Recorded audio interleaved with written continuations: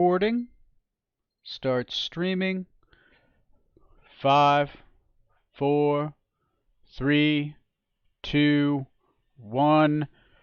Welcome everybody to another episode of Rocks Fall Everyone Dies. I'm here with the crew of the Nostromo.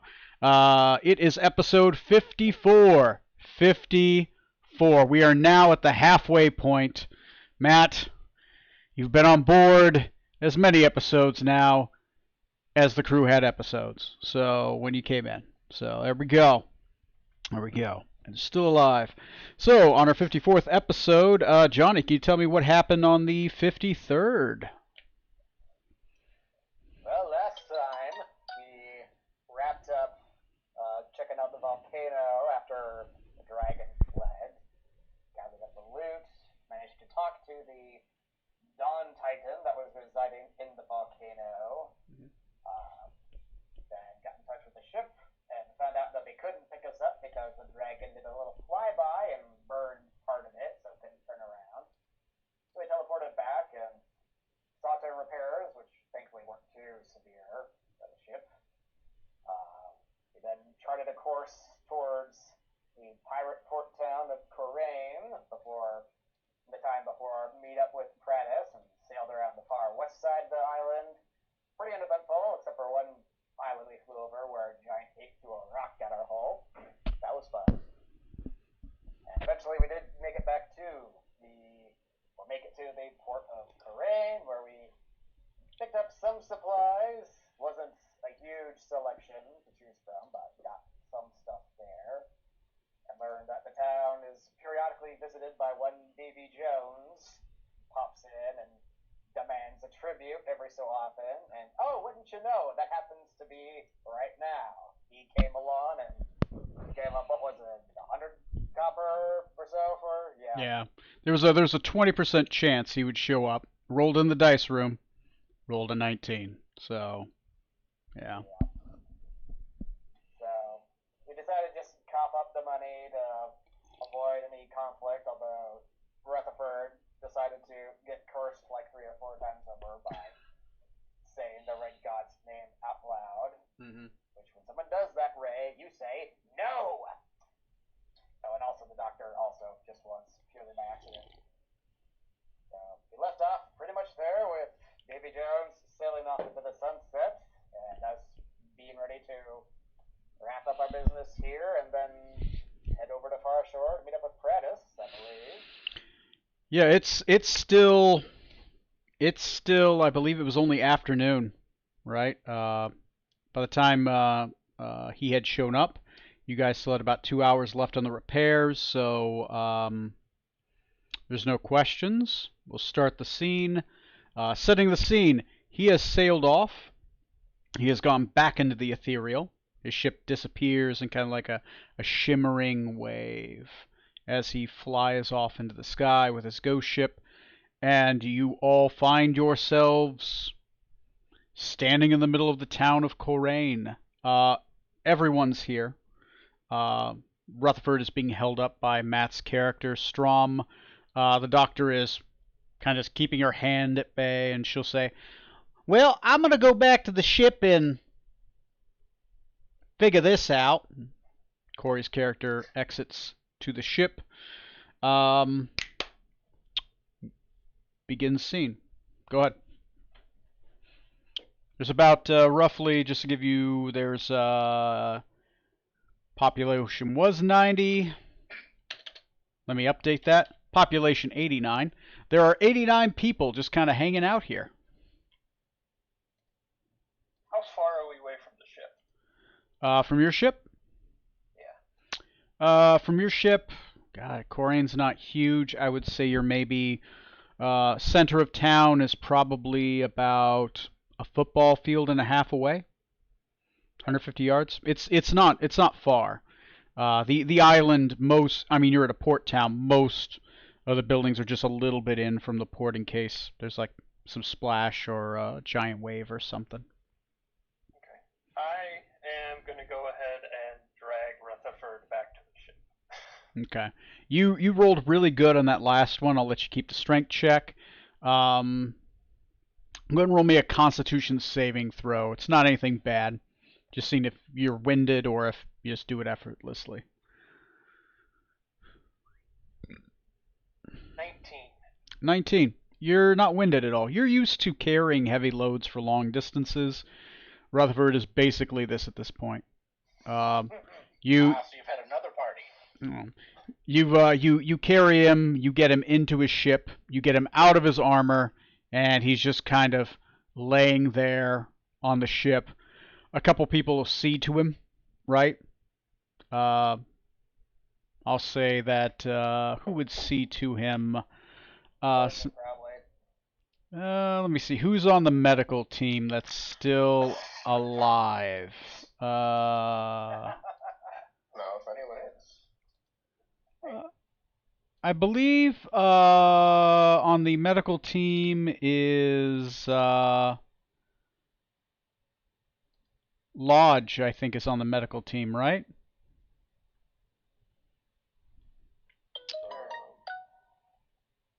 Because Maybe Quill Sharpener. oh yeah, Quill Sharpener. That sounds fine. I thought it was a Bozeman, but Quill Sharpener and Lodge will see to him. Quill Sharpener was a Bozeman, but Scarlet recruited him. Oh, okay. That makes sense. That makes sense. I forgot to put what team they're on their character sheet. I'll try to update that sometime. Okay. Begin scene. Well, hopefully Rutherford learned to stop saying that. I doubt it. I mean, at this point, it can only do him more good than harm. It'll teach him to watch what he says going forward. And that game maybe provide him a convenient excuse for why Trey isn't here at the beginning of the game. Ah! Said it again. Talks in his sleep. That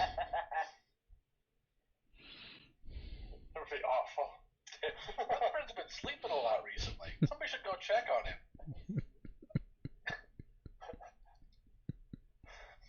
That was quite harrowing. That was definitely a force to be reckoned with. Well, is the mayor of the town nearby still? Yeah. The mayor, who is, give me a second. That is Bella, the drow lady that's very built. The only one not wearing basically clown clothes, so she's pretty easy to find, except for like the captain and the others of the other ship. Bellatine Amankier. I'm gonna go with that. So she's nearby. She seems to be directing some people to pick up the dead body of the person who was killed. And you notice that she just says, well, you might as well just throw it in the ocean. We know where his soul went, so there's no point in giving him good burial rites. They kind of just drag him off and throw him in the water. I hope the tide's going out. I just I said go away. Like Big Lebowski. Has anyone ever tried to stand up to Davy Jones before? Stand up to Davy Jones.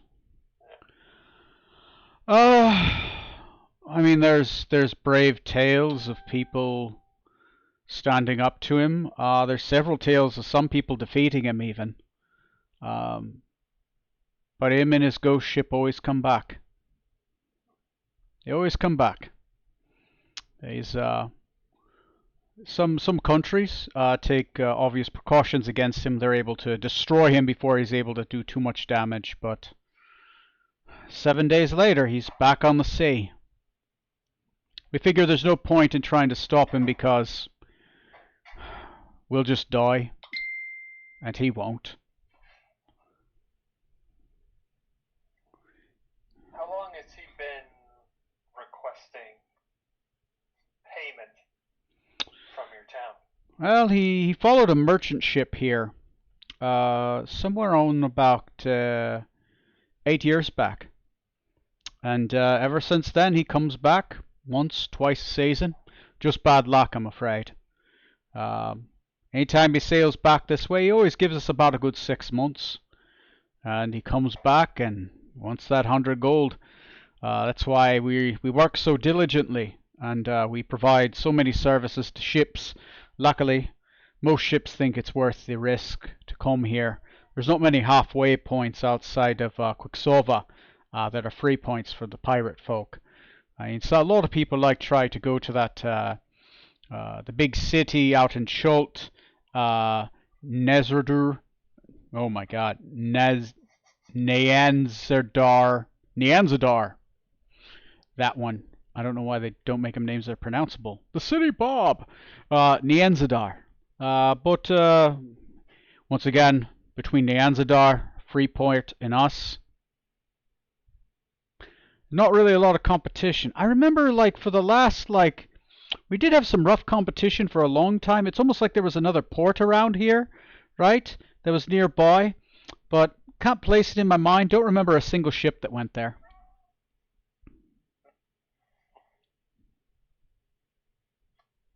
Business has been good lately. Business has been great lately. Everybody else has just been coming here. If they know of it, obviously. Don't get a lot of military vessels. Do get some merchant vessels, right? Most of it's right up folk like yourselves.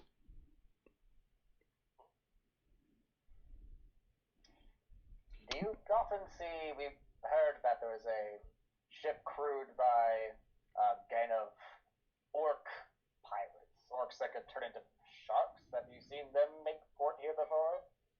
Oh. Yeah. Yeah, they come by here every once in a while, right? They don't raise too much trouble because we're on the protection of Freeport. Obviously not that much protection, though.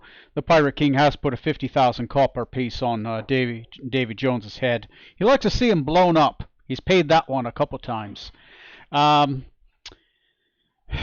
So yeah, no, they're south of here. They got a small island just to the south of here. Got a cove full of a bunch of sunken ships. They like sinking them and just putting them out there. Don't know why.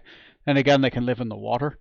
They got right in a cove of sunken ships. They got their hideout and everything else. They'll be raiding ships all week, right? They get merchant ships around this area all the time. They do mostly the southern end of the isle and further south along the Azure Sea. I suppose mostly they just get Quicksilvian ships, really, or Burnians, right? Lots of ships around there. But yeah, no, they're south of here. I can point them out on the isle where they are. Tony will take a look. She'll pull out a map and she's gonna drop all the crew cards on the ground and the ranks and the abilities. Oh God! Ow! Ah! Great. You should say, yeah, they're just south of here, right below Area 31. So. Ah, yes, Area 31. We know it well. See this invisible book? Yeah, sure we do. Anyway, fuck. Here, I'm just gonna pull out the map of the Isle of Dread. I'll show that one on there, so you guys get an idea. Give me a second. Why is that thing moving on its own? Stop it. Oh, the hell? Okay, sorry, Anyway, let me take a look to present a screen. Don't want to show you guys that. Faerun, Isle of Dread. Great. That's a thing. I'm going to share screen. Come on. Stupid. Give me a second. Hitting the button, but the button isn't doing anything. The buttons. The buttons, they do nothing. Okay. So you guys currently are... Can you guys see my screen? Great. You guys currently are here. They will tell you that it is here. This island's south of here. So this is where you are. This is where that isle is. And this is where Far Shore is. And how many days are we away from meeting Prentice? Are we 3 days away? I think just one. Yeah, basically I snagged it down to, I'll say for roleplay's sake, since the sails are strong at your back, it's about 1 day, maybe 1.25 at best. So if you took off today, you'd get there a day and a half early, right? Okay. So, I guess what I meant was, do we have how many days until we said we were going to meet? 2 days. I 2 worded days. that poorly. Okay. 2 days. 2 days from basically tomorrow, right? So, because you were still on that day, we're still only like mid-afternoon. So you have a half day left, and then you've got 2 days. So from this very moment, you have 2.5 days. That makes sense. There we go. So everyone's going to look at the map. I'm going to stop sharing. There we go. Everyone else has a copy of that anyway. So, all right.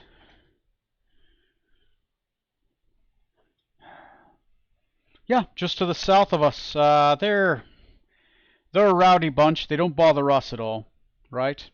And if you hail the flag of Freeport, generally they don't attack. They mostly just focus on merchant caravans or random ships that they aren't allied with. But they're a nasty little bunch. They can breathe underwater in the sea.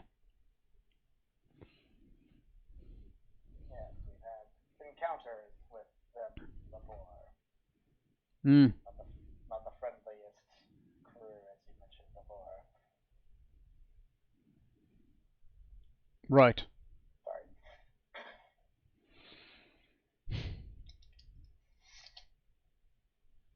Well, So, think we have our shopping pretty much done, right, from the other day?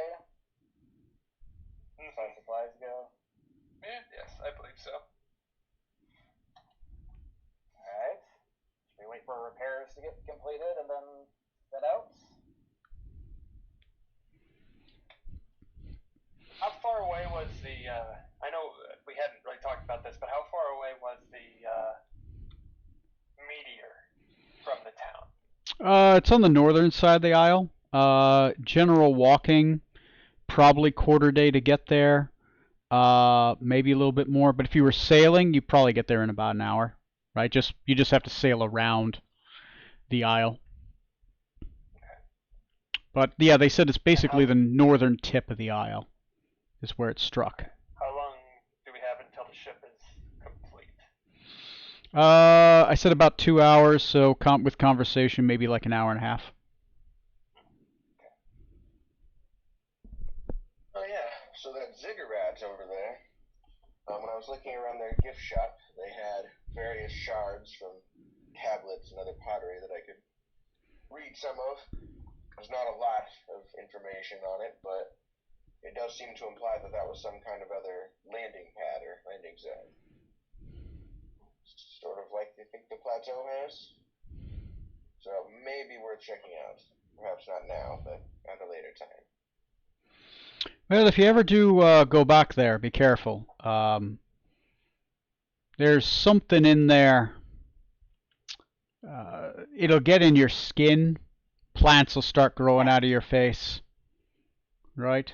So, if you got magics to protect yourself, you might be fine. We lost some peoples a while ago, so we've basically scored the area around it to prevent anything from getting out and to have a clear view of it.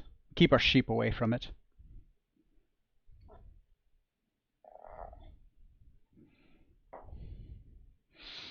The warning is appreciated. Yeah.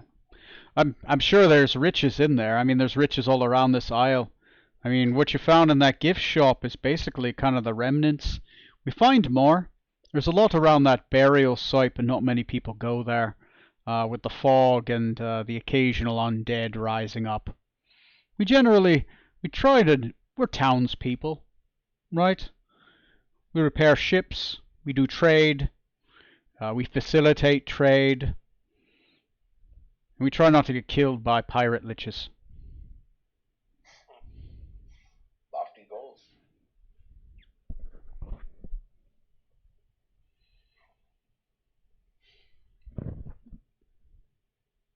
So, Is there anything else that we want to do while we're here? Right now, I don't have anything. Nope. okay. Do you guys want me to fast forward to the shipping repaired? Yeah. Okay. Fast forward, ship is repaired.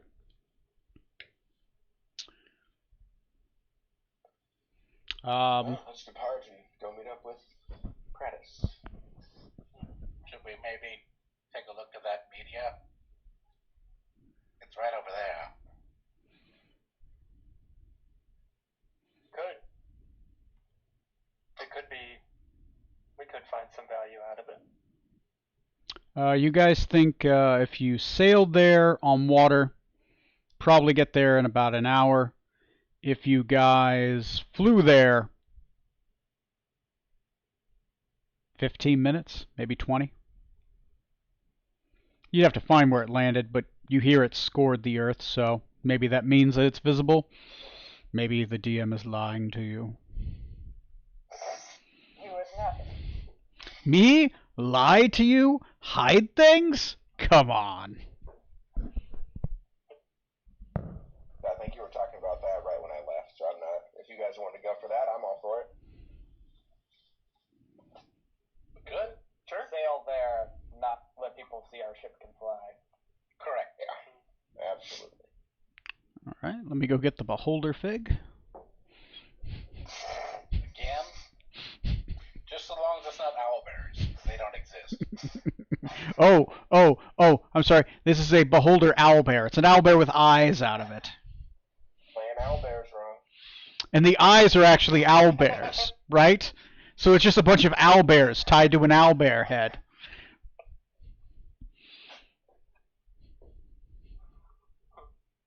Anyway, okay. Yeah, that sounds fine to me. Excessively smaller owlbears just go. That's right. They themselves have eye stalks, but it's just more owlbears. It's owlbears all the way down. Fractal. Yeah. Okay. Anyway, back to the Dungeons and Dragons. Yeah, sure. So everyone gathers up. You all get in the ship, and you all take off. Sailing, I assume. Give me one. So I need 2 checks. Just choose whoever. One person to navigate and one person to sail. I will navigate. I will sail. All right. Go ahead and roll those in the room. That is proficiency plus int. Yeah. I got a 14. Okay. That's good. Oh, hang on.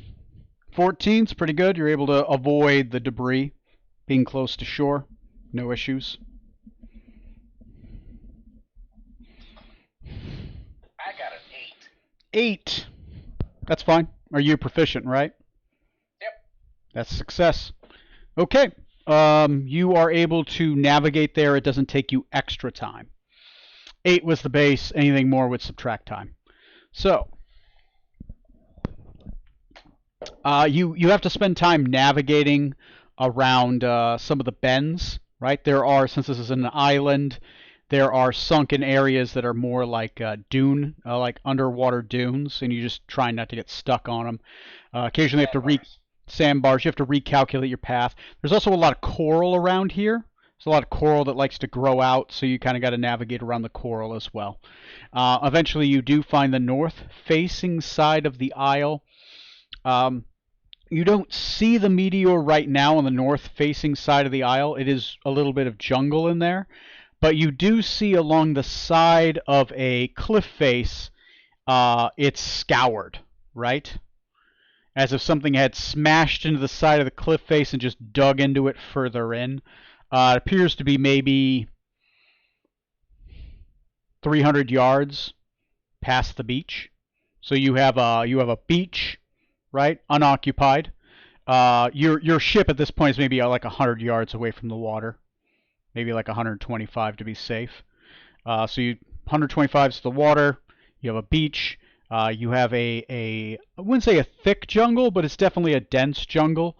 And then about 200 yards in, you've got a cliff face, and then that sheer cliff face it literally looks like something has punched a hole through the top of it, and just like somebody taken a knife and just cut a section out of it, like a piece of cake, and just dug in. It does look blackened, and it does look like it's been scored somehow. Probably from a blast. I'll give it to anybody that has navigator's tools, right? As a proficiency, you're generally familiar with, just because a part of navigation is the stars, that meteors do tend to, when they hit, it's an impact and explosion. Johnny, you're formally educated in magic. You know this. So anyone with like Arcana or navigator's tools, I'll give that to you. Okay. There you go. What do you guys do?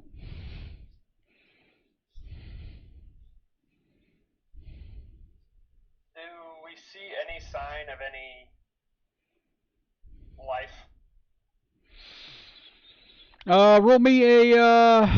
Roll me an investigation check.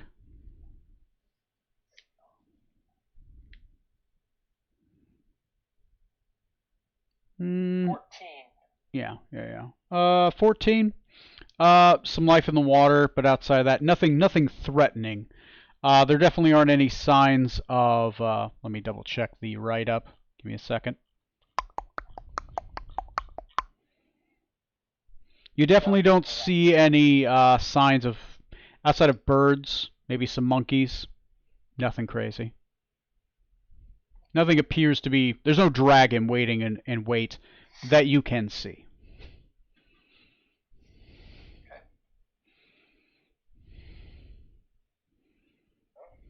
Go aboard and check it out. Okay. So how do you guys get there? Is there a beach to disembark on, or is it just a sheer cliff face on this side? There's a beach, 200 yards of jungle, and then a sheer cliff. And the cliff is what appears to be dug into, and it goes further in, as if something impacted the top of the cliff, dug in, and slid beyond. Shall we just row our boat ashore? Hallelujah. Okay. So you guys just get in the dinghy and row out there? What we do is Yeah. we take our flying dinghy and take it to the meteor entrance. You haven't built the flying dinghy yet, Ah, so damn it, right. yeah, Rutherford has the parts, but he hasn't had time to build it. At this point, the world is Helen Keller to him right now, so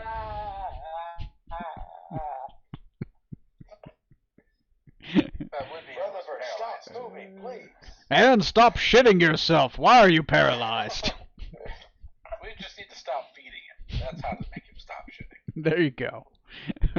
Foolproof plan. He'll stop eventually. That's what my mother did to me. Yeah, look how I turned out. She didn't want me pooping my diapers. No food. There you go. All right, so back away from the world of science. All right, so yeah, sure. You guys get in your dinghy. No checks. You guys are easily able to row out there. The water is fairly calm, right? Obviously, because there's wind, there are some waves, but they're not huge, right? This isn't a giant land embankment, so the waves aren't as powerful out here. You get to the beach. You are now standing on the beach. You brought your dinghy onto shore. What do you do?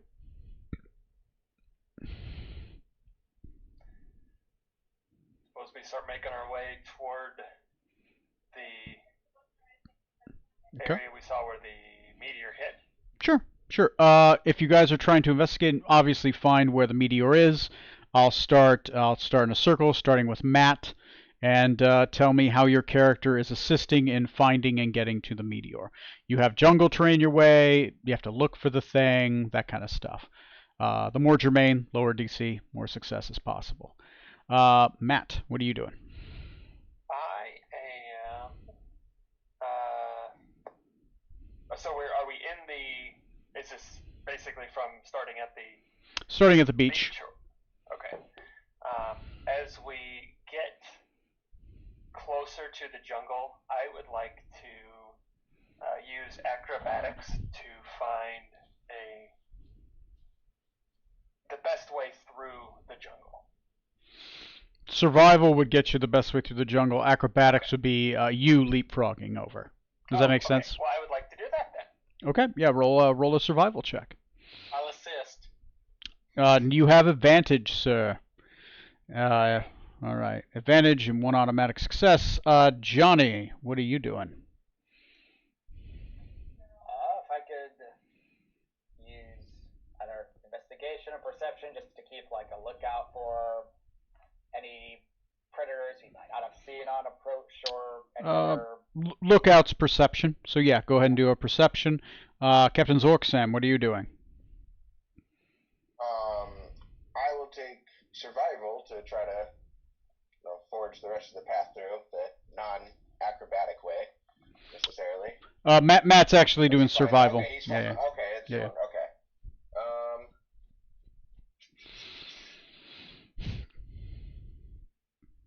I guess that being the case, can I look more directly for an easier way up to where the meteor might be? Right, you want to try to actually find the meteor. Okay, yeah. That's fine. Yeah, go ahead and go for it. Go ahead and make a investigation roll. Matt, what'd you get? I got an 11. Are you proficient? Yes. Okay. Johnny, what'd you get? 16.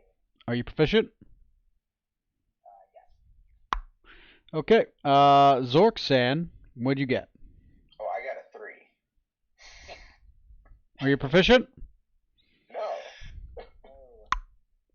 Okay. Yeah. Well, Now I'm very good. wait. It's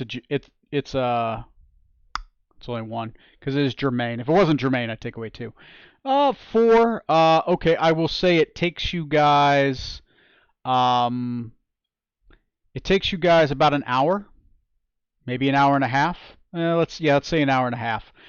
Just because you were able to find a couple good paths. Obviously, you're able to keep your way away from danger. Neil, you're able to assist him, but you have trouble actually finding the meteor. You end up scouring kind of the area because when it hit, you see many scorch marks, and it actually, when you get to the top of the cliff, it actually splits into many sections, right? Eventually, you're able to find these small little pieces of this silverish kind of metal, right?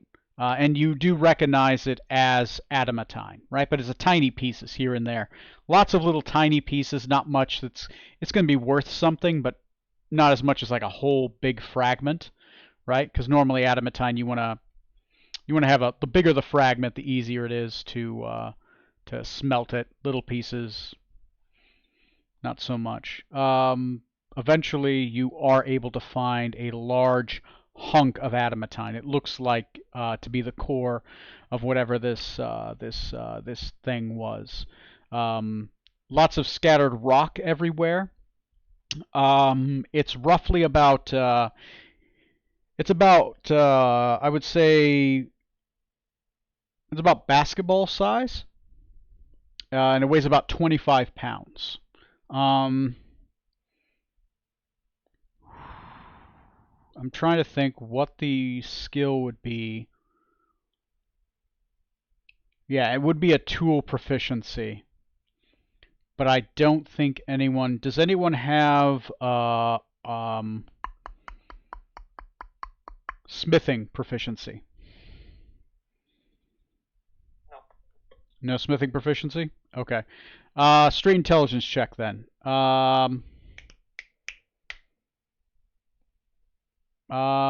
Everyone, go ahead and make an intelligence check. See if you can figure out how much 25 pounds of adamantine is worth. 14. Okay.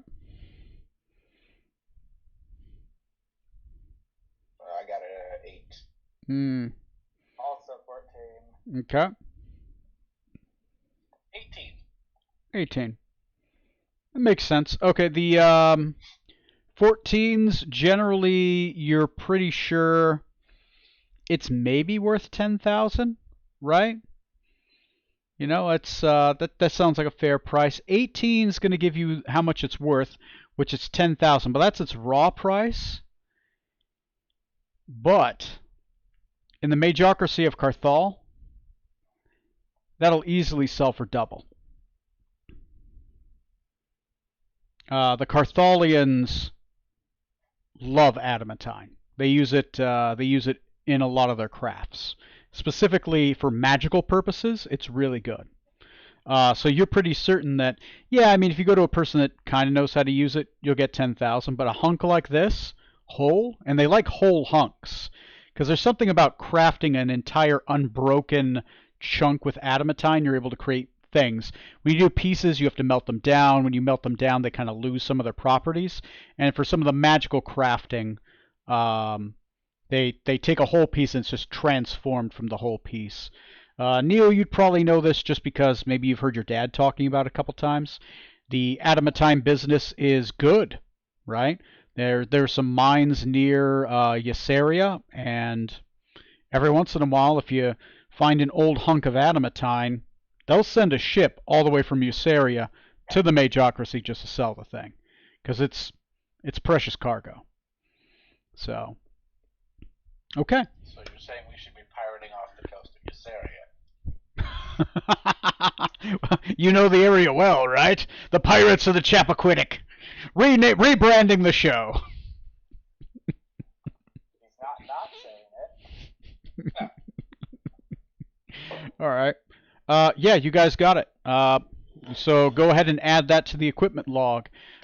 25. It's 25 pound raw adamantine. It's a whole chunk, roughly worth 10,000 copper raw, but it will sell for 20,000 in the Majocracy of Carthal.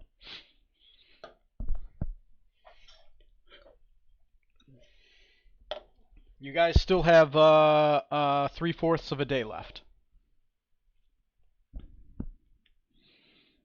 What do you do now? Headway towards Far Shore. Sure. Okay. Sounds good. All right. You guys jump on the ship. You start sailing towards Far Shore. All right. We're doing travel time. We're just going to do one. I'm going to take this day and a half and the day up to as one roll, right? What are you guys doing on the day of travel you guys got to get there? As soon as we're Fly on on the the ship. of the town, we fly the ship. Yeah. We can't see us anymore. Yeah, because it's only about a day and a half if you fly the ship. If you had to sail, would be a little bit longer. So Johnny, you're first. What are you doing outside of blowing a spell slot to keep the thing topped up? Yeah.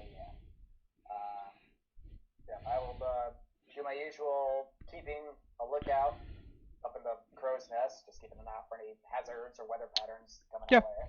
That's fine. And you guys got it's on the sheet for the travel. So go ahead, and this would be flying travel.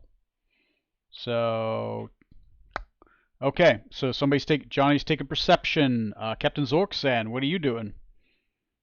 I'm gonna steer the ship this time. All right, sailing it is. Go ahead and make a sailing check. Neil. I'll assist. All right.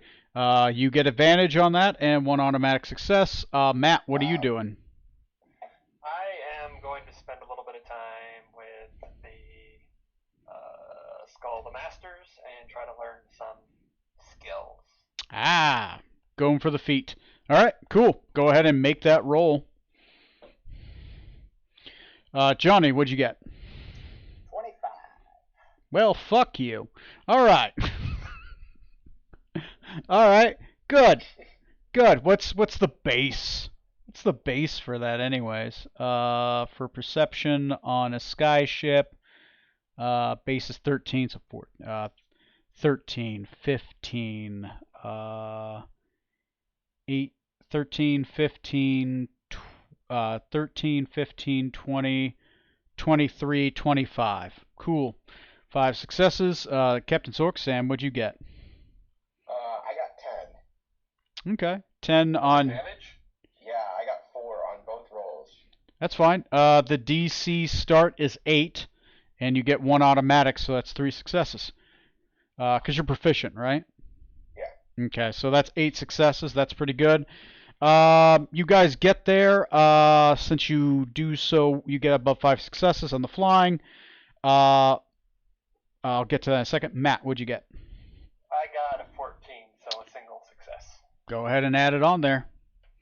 Okay. All right. So, you guys spend the day training or navigating or being in the crow's nest. It is nighttime. Go ahead and roll me an encounter die. It is, since you guys rolled above 5, increments it up by 1. So roll me a d12.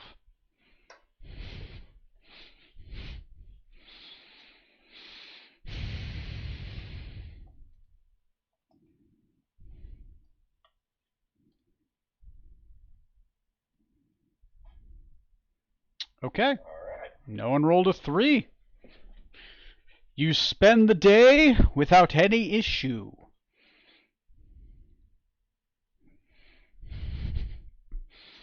Sorry, I have to point this out. Does your shirt say Cthulhu? Yeah. It's Obey Cthulhu, and then the Riley. That's a tentacle going. Raloth. Awesome. You guys have been there once before. Yeah, it's a nice place. It's an excellent place. A little wet. Yeah. 1 star. Would not recommend. Okay. You guys arrive at the Isle of Farshore. You guys arrive. It is morning. The ship is flying. Currently, you do see Farshore on the horizon. You navigate. Do you go straight to Pratis's area, or? Why don't we land when we get inside of the island and then sail up to that dock? Okay. An eye out for Kumatua. Okay. Since you're keeping your eye out, you do notice that there is another ship in the dock.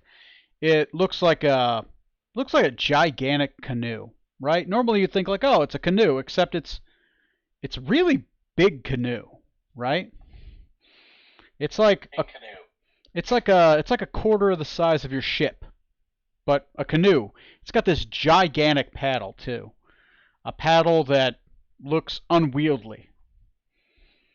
So that seems to be pulled up by the dock onto land. Can I do a history check to see if I have ever run into a ship like this before? Yes, specifically you can, because you might. It's a good chance. Natural 20, 26. Natural 20. That's a giant's canoe. Oh. Giants sail just like anybody else. Their ships are just a lot bigger. Their rowboats are like the size of half the size of a ship, right? They're just bigger versions of normal stuff.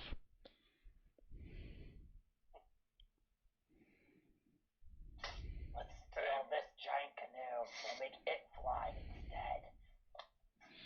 instead. You flying canoe.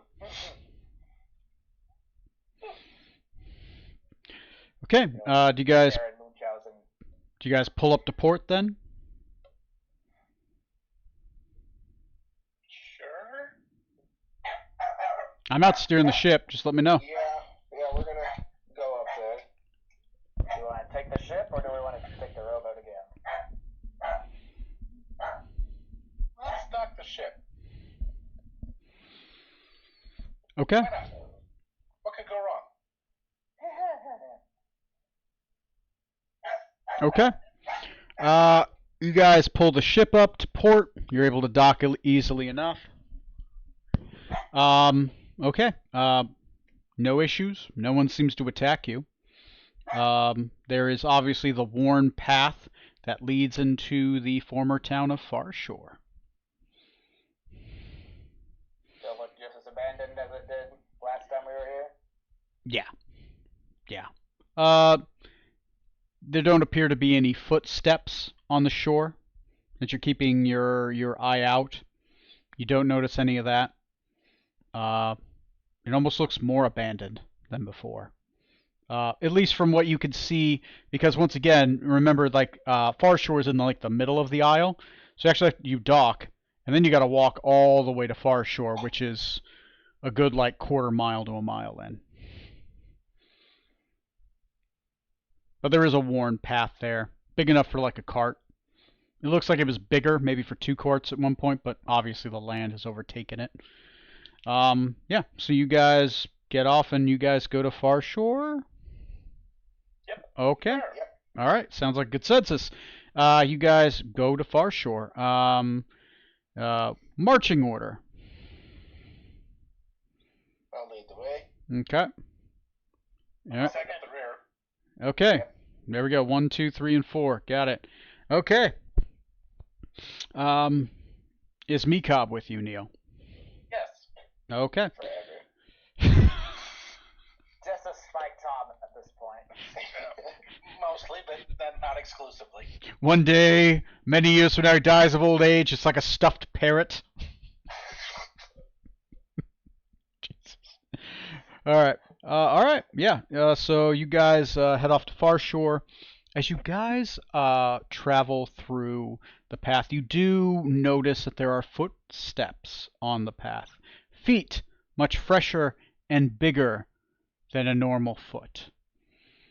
As you begin to travel along the path, eventually you do reach the ruins of the town of Farshore. It's the circular design of the buildings, right? The buildings are built in kind of like a large, 75% of a circle, right? Obviously the road goes into it, but it's basically a cul-de-sac, right? You got the large inn off to the side, old wells, and standing in the middle of Farshore, you see a very familiar, small, gnomish man, and he seems to be having a large argument with a tall, one-eyed giant, who's dressed kind of like in Roman-esque robes, white robes. He has a single eye, but a giant nonetheless. They seem to be barking at one another. Does anybody speak Volcanium? Okay. They seem to be having a conversation, right? Very loud with each other, almost like they're arguing.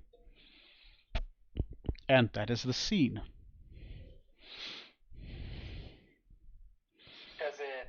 Does it appear that they're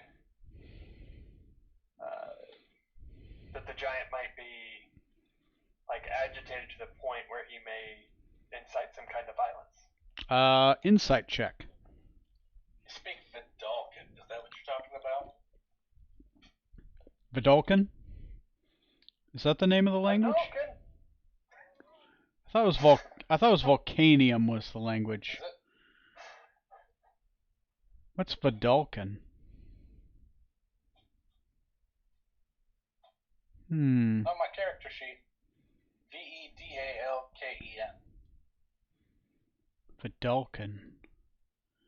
Mysian, Azunian, Wallanian, Median, Yessarian, Kazian, Rokuganian, Vidalcan. Oh, you know what? That's probably from the automatic languages you guys get that are selected from, but I'm not using those. So it might be selected on your sheet, but then I gave you just to write in extra other languages. Some of them you can't get rid of. They're just on there like common. There is no common in this world. Right. That in itself would be an epic adventure for a linguist, getting everyone to speak the same language. Can't even do it now. Esperanto. Esperanto it is. There's a world goal. All right. Matt, what would you get on insight? I got another natural 20, so 26 again. No, it doesn't seem to be, though he is speaking loudly, it's more of like they're having a debate back and forth. He actually seems obscenely calm, right? He may be loud, but his facial expressions are just solid, right? He does seem to notice your group as you come up. His one big eye does turn your way, but he keeps his head on Pratis. Pratis and him are just talking back and forth. Is one eye like the Cyclops, or like he's like missing an eye? No, one eye. It's a Cyclops, if that helps. But he's dressed kind of like in Romanesque clothes, right? He's not in rags. He's in like fine white clothes. Toga. Yeah, he's in a toga. So, okay. What do you guys do? Call out, I forget what language we spoke to him in, so I'm going to try Nandian. Everything all right up there, Pratis? Pratis kind of turns around. Oh! You're here.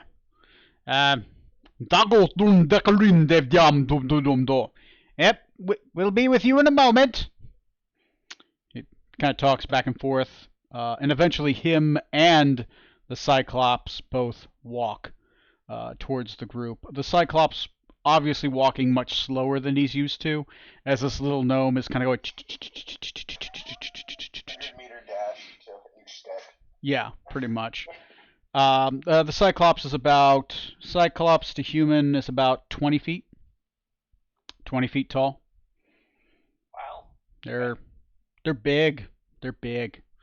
Well, no, Cyclops to human is, 15. About 15 feet, right? They're 3 times taller than the average human, right? I just had to look at the fig for reference. So, alright. They both arrive. The Cyclops obviously does not speak Nandian. Pratis will, as he gets there, he's like, oh, hello, friends. Good to meet you. Heard of your little thing. Oddly enough, I had already sent word to a friend of mine about a month back, a little bit more, and we were going to discuss some things. He has arrived today. Actually, arrived 3 days ago. We've been talking for 3 days. Oh, where are my manners? You've met me. I am Pratis. This is my friend Aurum. Aurum is a seer from Volcanium. Don't worry, not one of those types of giants. He actually lives in Estenheim. Oddly enough, he very much related to this issue. Part of the prophecy of what I had spoke of before, he foresaw. We are pen pals.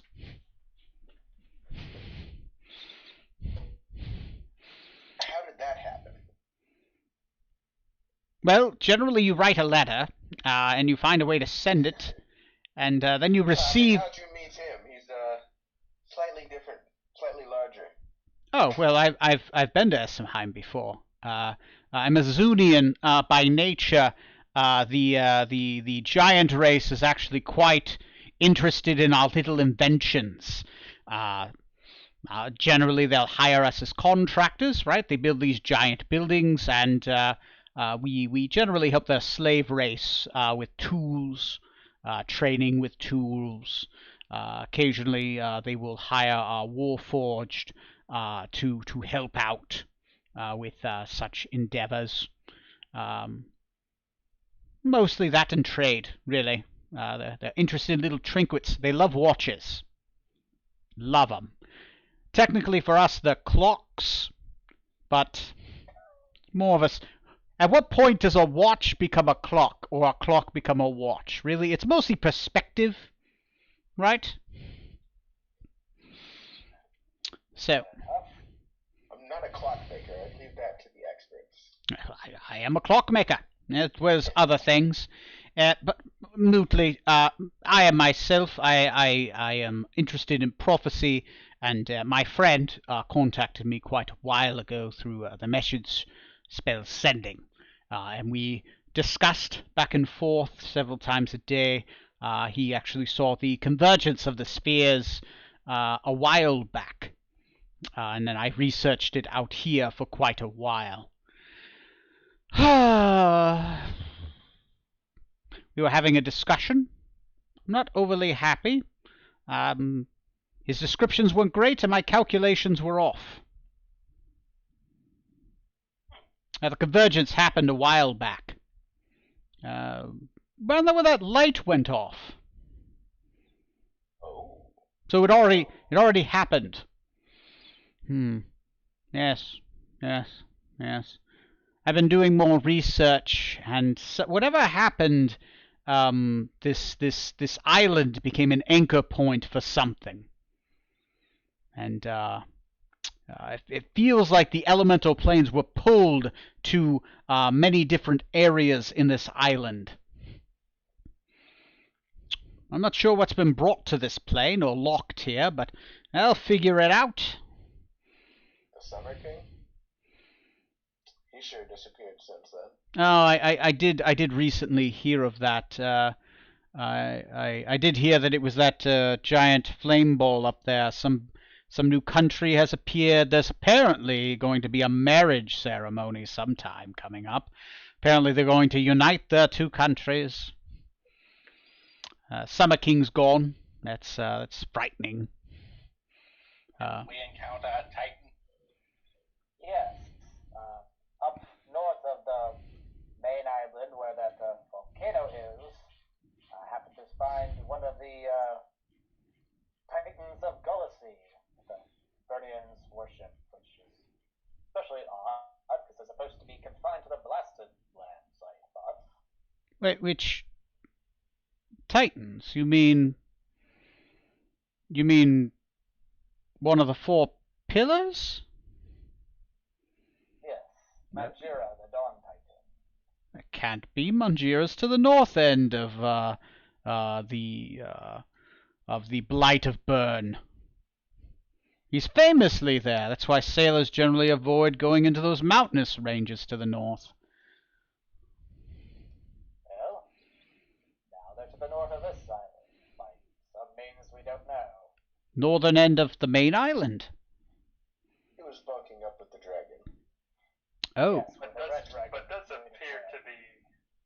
appear to be trapped in that volcano. You have to be mistaken. Something like that just doesn't move on its own without being seen. I mean, whenever the Dawn Titan's on the move, missives are sent out. You know, the ocean boils if he were to move through it. Are you sure? It's not just a big fire elemental, right? Those are everywhere, right? Just a big one? No, we took care of the fire elemental show. This was a Titan. Only visible at first in the ethereal plane that then arose from the lava. That we are only able to converse. Captain, do you happen to have that word on you? Yes, yeah, it's there in my help, so I'll take it off and show him. Well, that's a fine piece of work. You don't mind if I... Can I look at it? Of course. Oh. This is the dragon's stash of treasure, and it was only through this that we were able to communicate with the Titan. What does this button do? Wait. What does that button... It'll explode like a lightsaber. Oh! Click! Shunk. Like the porg stepping on a lightsaber. Alright, well, that is fascinating. The seal is definitely the Summer King as a crafter. I know my craft. This is a known sword. This is one of the four. So the Summer King has a court of 4 knights, and only 4 knights. This is one of their blades. They were still alive last I knew. Of course, Summer King disappeared. They certainly didn't seem to be in that new kingdom of Barovia. Huh. That was also in the volcano. Well, I suspect he might have tried to tangle with the dragon and lost. I suppose. Anyway, this is the sword of a summer knight. Weapon like that is legendary proportions. I mean, all the courts have their own weapons, right? Normally, they only have one. Well, since the Summer King is only the Summer King in his own court, apparently he has 4 knights and 4 weapons. Another reason why he's so formidable. Instead of having armies, he just has men that are armies. For one of them to die, that would be... Even for a dragon, I mean, it would take something significant. I mean, it would take Gazetteer. Or the Heart of Winter. Or no, sorry. Winter's Heart. To take out one of them, or some kind of sea monster. Maybe a titan. Winter's Heart? Right, that's the... I think I made... That was his name for the king of... the hidden king of Rokugan. The white dragon. Oh, okay.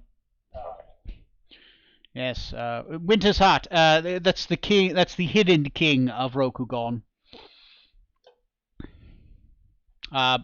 Big dragon, really big, really old. Back before the fall of that Tiamat. Frozen Dawn. Ah, thank you. Frozen Dawn. Yes. One of him or one of his elder children, maybe. But even then, that would be... I'm surprised that if that sword you found there, that means he's dead. He's dead. Those swords are bound to those knights. They can summon them from the ether into their hands. Whoever's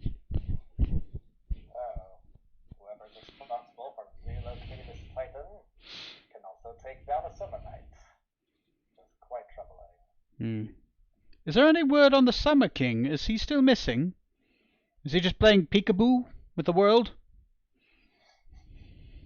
As far as we know, some believe he's perished. We don't know for a fact if he did die or if his nation was displaced into another realm, much like this kingdom of Barovia was for a time before it suddenly appeared on our realm.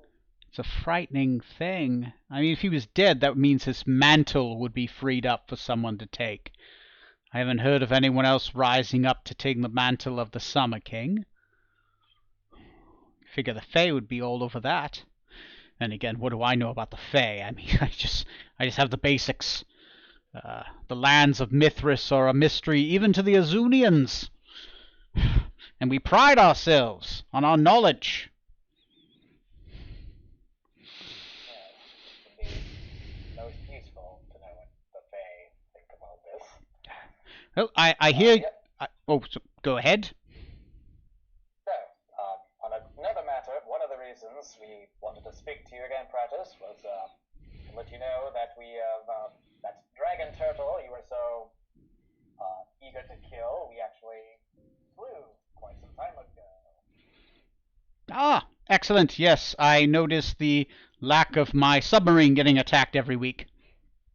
I appreciate it. Of course, we did promise a reward. Yes. He pulls out a box in anticipation for this. I put it in the box. He'll shake the box. You'll hear a rattling. And he opens the box. As he opens the box, you see nothing in the box. He says, "This," as he points to nothing, "is a ring of invisibility." And he'll go out and looks like he's holding something in his hands. Now, it itself is invisible. So don't lose it. It's going to be really hard to find. 3 times a day, you put that thing on, you focus your will into it, you turn invisible. And you can wear it and no one will know that you have it. Right? Looks like nothing's on your hand. And whoosh, he'll disappear. All right. Can't see me, can you? Nope, you have indeed turned invisible. And poof, he reappears. There you go, that's how it works. It has 2 charges now, today, sorry. Demonstration purposes. You just merely have to focus your will into it. You put it back in the box, close the box, shake the box. Yep, still in there. Alright, thank you for that. There you go. That is called a Ring of Limited Invisibility. For those searching on D&D Beyond. It does require attunement, but small price to pay for being able to get out of a scrape. Now that the dragon turtle's gone, I don't really need it that much anymore, especially with this island unpopulated. You got rid of all the problems. Yes, we did also manage to clear out that aboleth that previously made its base here. Yes, fine job, fine job. So, well, you've been rewarded. I'm sorry my calculations were off by about half a year. But, prophecy, who knows? Who knows? Sorry you couldn't chop the conjunction of spheres in time, but it happens. But, luckily enough, I think I'll stay here for a little bit longer. I'm going to research this a little bit more. I came here because of the conjunction of spheres. Now it's happened. I think I'm going to research a little bit more. So you're saying the Dawn Titan is to the north? Yes. All right. Do you think more of them might be here? That's what I thought that maybe the conjunction of spheres was related to. Maybe they relocated more Titans to bring this prophecy about. Well, this place is an anchor. Maybe there are more places that are anchors. I'll look around. There are, of course, outside of Gulasi. Gulasi is the central god, the god of nature, life, goddess of nature and the elements, right? She is the spoke in the wheel. And guess you could say there are 5 pillars to this wheel, right? There's Manjira, the Dawn Titan. There's the strongest of them, the Elder Tempest. There is Olundra, right? She's water. She's formerly harmony and peace. Of course, she's been corrupted by the Blight of Burn. Now she's weakness, exhaustion, and wrath, right? There's Yansi Bing. He is the embodiment of thunder. Well, they're corrupted now, so devastation, fear, and arrogance. And there's Obermach, who is betrayal, ruin, and corruption. Let's see, what was Elder Titan? Stealing, fracturing, and envy. Yes, well, I guess I'll go look for those guys. They look like a fun bunch. If you don't see me again, suspect I found one of them. Also, we were wondering, since you are clearly very gifted with technology and your impressive vessels, if you wouldn't mind assisting us. We have recently acquired a new ship, a flying ship. Oh. And even acquired parts to maybe retrofit a smaller vessel into a flying vessel. We wonder if we could consult you if you would have any input on how best to go about that. I could take a look. I, of course, deal in technology, not magic. But I could take a look. I know they both seem very similar, but very different paths. But I suppose they're both magical in their own way. Kind of like the divine and the arcane. I can take a look at your ship if you would like. One second. All right. My friend will wait for me here. I'll have him stand by my house. I've attracted nutrients, upgraded my security, lest someone break in again. Thank you for stopping the people that broke into my house the first time we met. Quite fortuitous. Yes. Very fortuitous. He'll waddle up with you guys and he'll take a look at your ship. As we're leaving, does the giant have any kind of like a farewell gesture or something that they would do that I would know from my time in whatever town that was? Yeah. There's a Eishofen? Yeah. So commonly with giants, most of the time it's kind of like a fist, like kind of like with Klingons, it's kapla. It's very much like that. I'll go ahead and do that as we walk, or before we walk away. I'll go ahead and do that. Okay.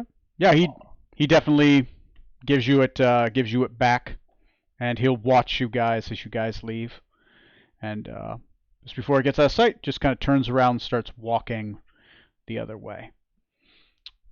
Okay. Fast forward a little bit. Pradis is able to look at the ship. He's able to give you guys a couple ideas. Not too much because he's kind of new to flying ships. He's mostly done submarines, and this is more magic than technology. Though it's kind of like there is some technology to it, right? That's set up a certain way so that the magic can work across a ship. He'll definitely look at the machine-like parts because there's a lot of that going on with like the sails that come out the side, right? The way the front expands, the rudder in the back. He'll draw out a couple quick schematics, and I'll say that will give you advantages. I'll say for you can choose one. That he can draw schematics for, and that'll help whoever is doing the crafting checks to improve the ship. You can choose the rudder. You can choose the rudder, the wheel. I believe the parts you harvest was the rudder, the wheel, and the engine. Right? Which one of these, or the dinghy, which would take all the parts to do. Which one of these do you want him to write up schematics for? Either an improvement to the rudder, the wheel, or the engine, or the dinghy?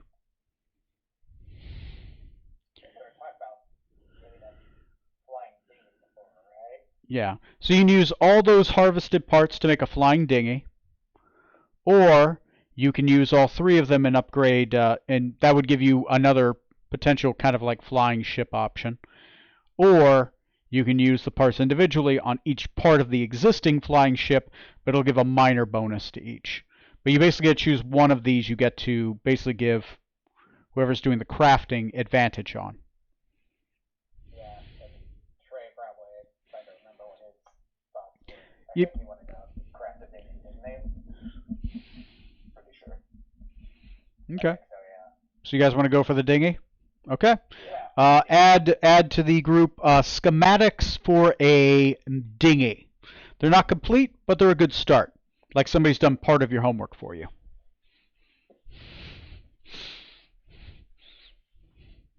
He'll do the calculations, but the drafting is up to Trey. That makes sense. And Tom, remind me, did we harvest? I know we got that heart from the dragon turtle. Are there any other body parts we harvested from it? I know we have the head because we took it on our ship. Yep. I don't recall us getting much else because we did like 3 different checks, I think, for the parts we were after. Yeah, the heart was the one you were able to get. You weren't able to get the brain or the eyes. Yeah, I was thinking if we had something to give Prentice as a thank you, but yeah, I think that's all we have. We were gonna try to sell the heart somewhere, right? Or offer it to someone. Yeah, I've been holding on to it. So for sacrifice or deliver, I'm not sure which. Mm-hmm. Do I deliver it through magical mail to sacrifice, or hand deliver it? Yeah, I mean, but sometimes. Yeah, what's the postage on that? Does FedEx have rules? You can use Africa DoorDash. There you go. But yeah, we'll at least we'll show Pradis slaying the beasts that he hated. Yeah. He's definitely appreciative about it. He does tell you guys that he's going to research here for about a month, see what he can find. If he can't find anything, he's probably going to head back to Azun to do some more research. They have books there. He definitely doesn't want to sail around the Blight of Bern, so if he finds out anything, he'll send you a message through. He'll say the equivalent of the message spell. They have a radio tower he can call to people from. It sends long-range radio waves to your ears. Pick it up on your village. Yeah, he says it's a neat little device. It's near the prismatic lantern of Azun. So, all right. Anything else you guys need? As long as we're talking to Fred, he just said he was talking to his friend about prophecies, so probably more than just the convergence. Any other interesting prophecies that you heard from your giant friend? I mean, there's lots of interesting prophecies, as he says. Most of them could happen, but may not happen. The further out a prophecy is, the more unlikely. The only way to truly know is to have the gift of true prophecy, and that is the rarest of gifts. There are very few people who have the gift of true prophecy. Really, the only ones that are known left to exist are mostly now been born in Metia. The Council of Witches covets true prophecy harshly. Obviously, the Witch Queen of Metia does have the gift of prophecy, but it's said that there are others in her circle that may also possess this gift.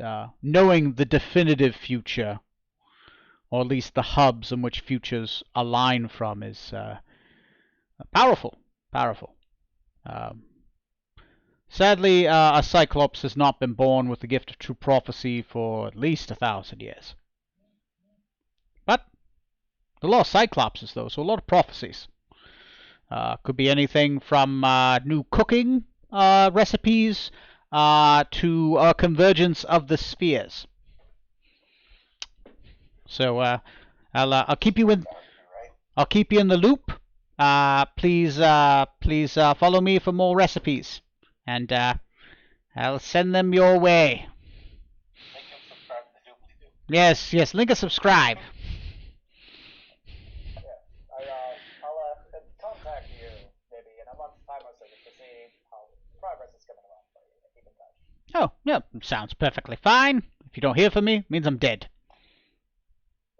Hopefully that won't be the case. Me too. Who knows what happens in the depths of the Black Sea? But, yeah, it happens. So, well, where did you get a flying ship anyways?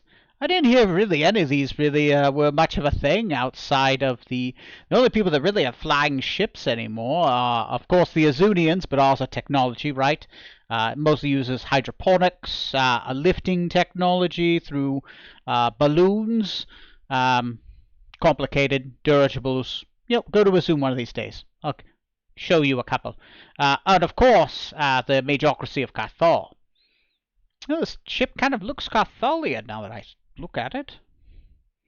Got the little dips in it. Yes, we made a bargain to trade up ships for it. Oh, well, that's a heck of a bargain. All right, well, not many people have flying ships. Well, I mean, I suppose there is that, the Pirate King. He's got one. Anyway, all right, well, sounds good. You've gone good in the world. You got rid of that old junker.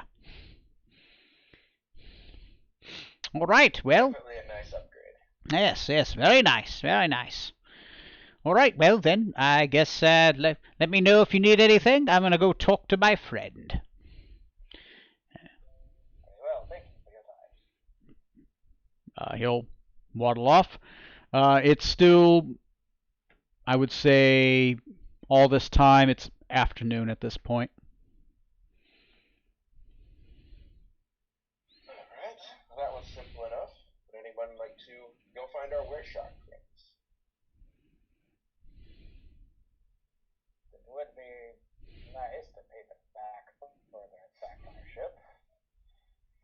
interesting to see if this cove with other sunken ships could have more treasure or loot for us to sort through.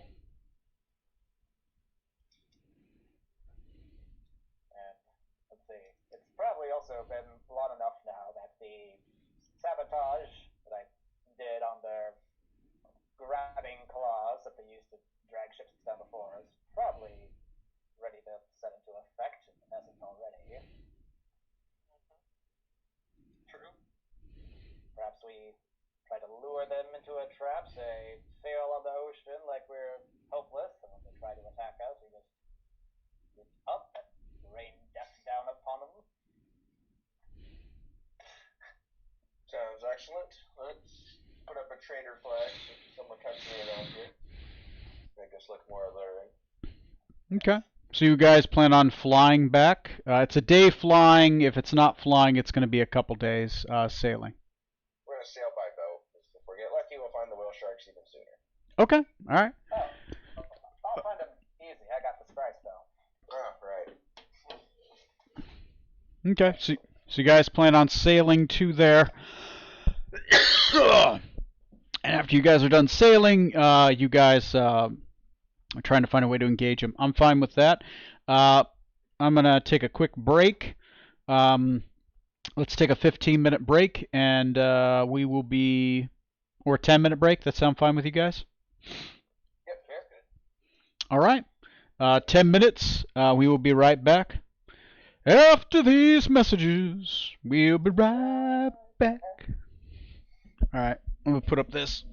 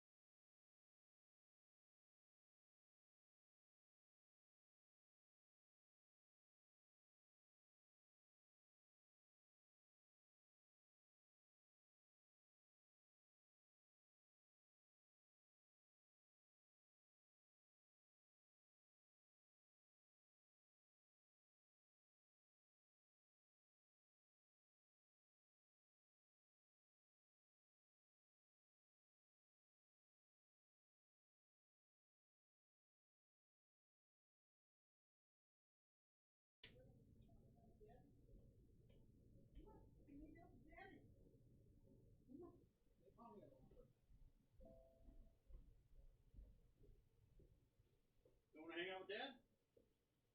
Dad boring? Come on. Alright, fine.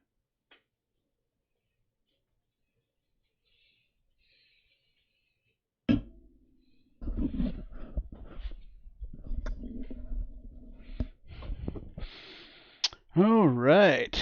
Now that I'm back, let me see if I can find the adventure. Bam! America. The Adventures America.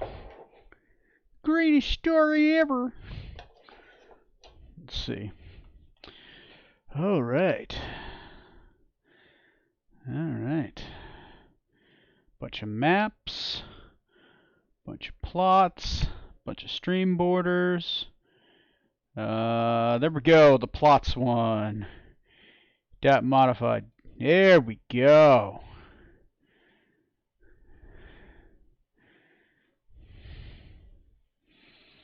All right, well, since my players will be showing up eventually. Oh, it's been a while since I've been bumping on my life by only true.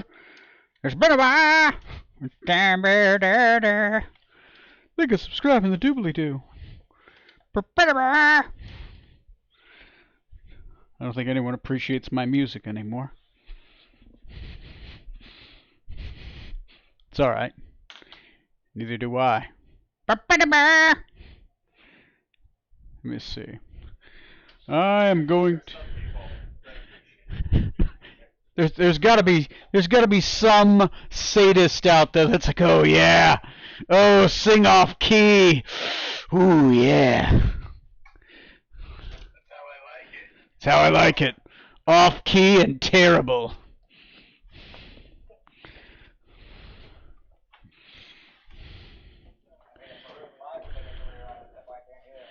Yeah, there we go. If Bruno Mars can do it, I can do it.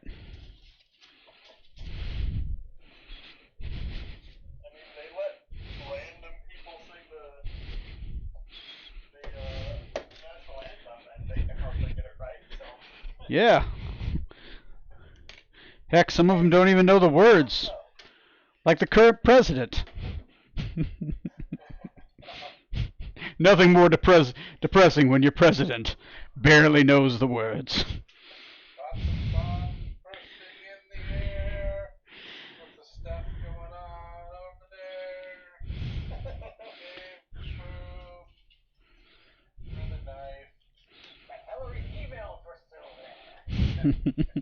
Oh my god, the last fucking debate, he's still going off about emails, by the way.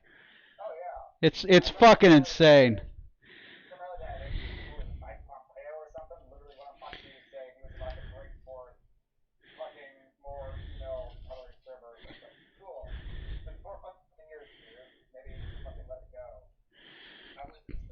But what about her emails?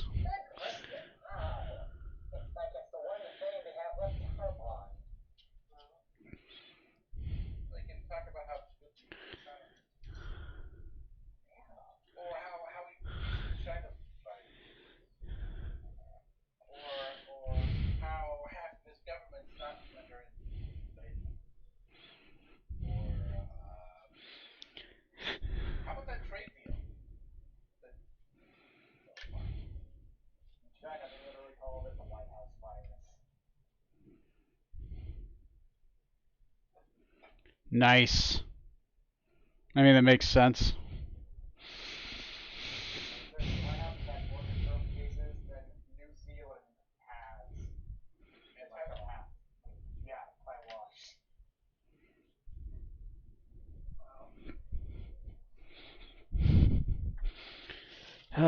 So yeah, my Architects of Destruction stuff has come in. That's going to make things easier in the future.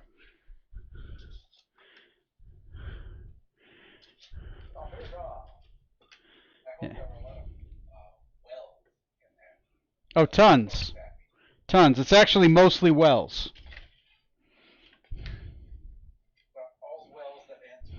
That you know, that was the name of the level I chose to back.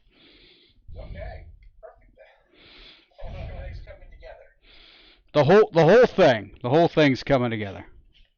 Then you have to narrate it to the style of the horse.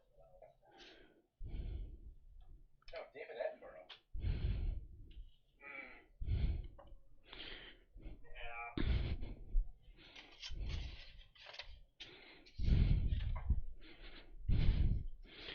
All right. Just trying to build this. Might just do this Mind's Eye Theater. That might be easier. Yeah, let's try this one Mind's Eye Theater. It's going to be a little bit quicker that way. Let's experiment with that one, right? Let's use the power of imagination. Oh man, that's so weak. I know, right? Imagination in America? Okay, Johnny, so you're using Scry to look for the pirate ship. What are you scrying on? Yeah, the orcs. Well, no, yeah, I saw the orc pirates themselves in Freeport, right? Just walking around.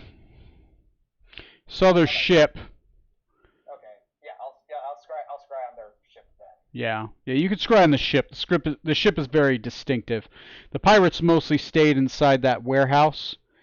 So yeah, okay. Go ahead and I will make a roll. It's a familiar to you, so I would need to roll an 18 or above to basically say no. Okay, I did not. Yes, so you see the ship. It appears to be underwater. It appears to be sitting on the surface underwater, sandy, on an incline, maybe a beach. It's difficult to tell because the scrying is on it, but the sight is very limited around it. But it definitely appears to be parked underwater. Since it is bright underwater, you don't think it's very deep. So maybe it's along some kind of beach just underneath the water. So near the surface. But definitely, so maybe some places maybe 15 feet deep, maybe 20. Appears to have its underwater oars are put up. You do see the occasional orc with fins just kind of swim out from it. Looks like they're swimming to a location, swimming to it. That's about it. Probably either at their cove currently or parked elsewhere somewhere on the Isle of Drag. Possibly. But definitely towards a low tide area. What up, Trey? What up, yo? Okay. That's right. I see we're down in Corey. Yeah, he wasn't feeling well. Got the COVID. How's our Helen Keller gunner doing now, by the way? It's actually been 2 days, right? So Trey, after 24 hours, the curses go away, but the exhaustion didn't. The exhaustion finally finishes going away the second day. So we'll say your character stayed bedridden for 2 days just to kind of get rid of all the exhaustion, since one of the effects was getting his life drained away. Should have got some schematics for you. Mm-hmm. Yeah, we talked with Gnome Pratis, and in addition to that limited range of invisibility, he also got us partial schematics for a flying dinghy. Whenever you want to try crafting that. Yeah. The schematics aren't completed. They just asked Paratus to take a shot at making some calculations. So the blueprints aren't made, but he's done dimensional calculations. Since he's not overly familiar with flying ships like your character is, Trey, he essentially, if you make the roll to try to create it, you'll have advantage on that roll.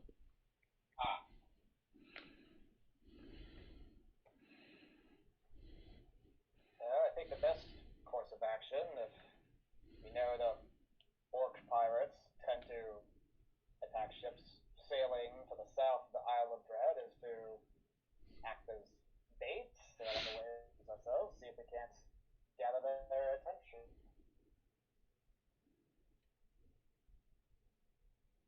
Sounds like a plan. Already got the flag up for it, so you should be good to go. Okay. So it is definitely the day of. You guys do arrive. Let me look at the description. So Area 1, description of the area. Oh wow, this is area number 1. Yeah. The Cove is a graveyard of ships. Although most ships are small, there's easily a few dozen of them smashed into rocks, half sunken, and sometimes even piled on top of each other. So it looks like something literally grabbed them, dragged them underwater, dragged them here, almost as if it had giant mechanical arms, and supplanted them here, and then they were cracked open like a present, and then raided. Just beyond a few columns of rocks, the waters enter a large cavern.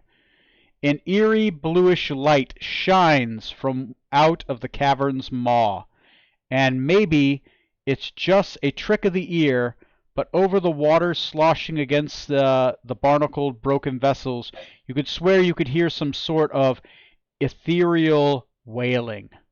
No doubt this place is cursed. There do not appear to be any were shark orcs in the cavern currently. At least you don't see any outside. If they're there, they're in it. Outside of the inside this cove, right? Imagine a cove. Inside this cove, there's like definitely a definitive entrance into this cove. Not big enough for a ship, but maybe a small dinghy to sail into. Definitely because of all of the broken ships. It does appear to be kind of be breaking up the site into the cove's entrance, right? There's definitely a good example would be, has anybody seen Pirates of the Caribbean, 3 or whatever? Yeah. That one that the guy, or 4, whichever one the guy like was sailing into, right? He was sailing into a cove and there's a lot of like stalagmites inside of it. Right? It's very much like that. Coves are kind of like these giant open-faced caves towards the land, but they themselves, you wouldn't want to sail into one with a ship. You'll more than likely run into ruin. But the cove is open-faced. There appears to be a cove. You can either sail towards it and go into it with a dinghy, or I'm presenting options. You don't have to choose from these. Do whatever you want. Another option is you could try going around it, or whatever else you guys can think of. At this point, open face cove, graveyard of ships, and the cove appears to have only one entrance from the front. At least it appears that way from the front of it. And begin.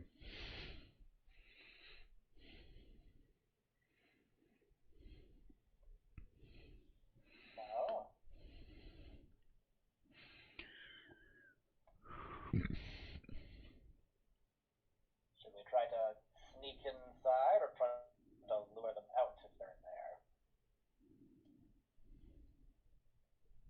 We might, if the element of surprise might be advantageous to us.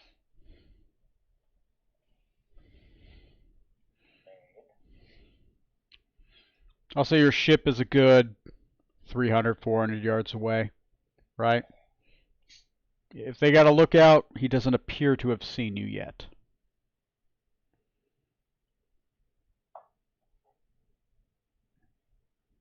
The waters here are a little murky, so you can't really see into them.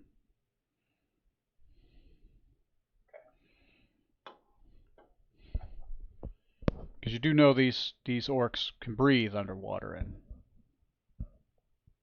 yeah. I'm a bit concerned that if we just go inside, that they'll attack the ship again, and we're not on it. Good point. But you don't want to play as your alt character again? We're Initiative, 2 times. Both characters as well. That's right. This is going to be 30 rounds of combat, and you're going to have to fungle between 2 different character sheets. Piece of cake. Let's do this. So it'll only take 2 weeks. That's right.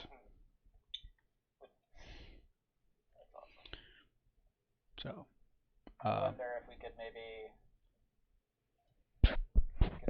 give the illusion that we're under distress, like say raise up some smoke, like the ship is on fire, to maybe get their attention and make them think that we're in easy mark, perhaps. I like that idea.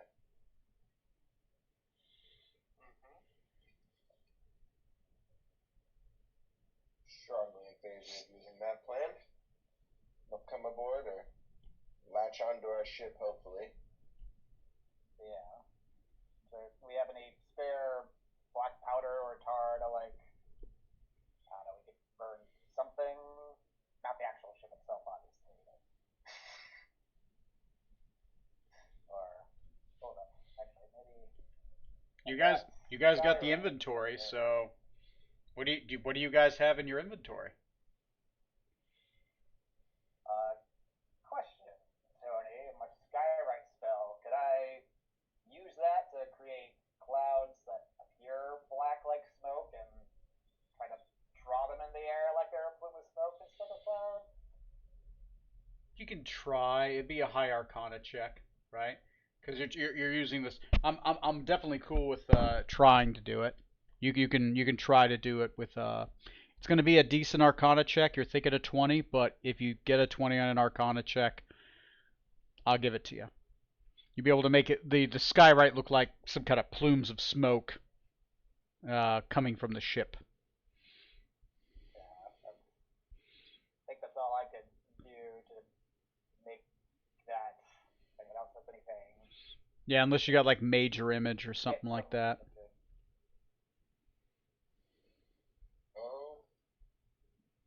I don't particularly have any good spells for that or methods.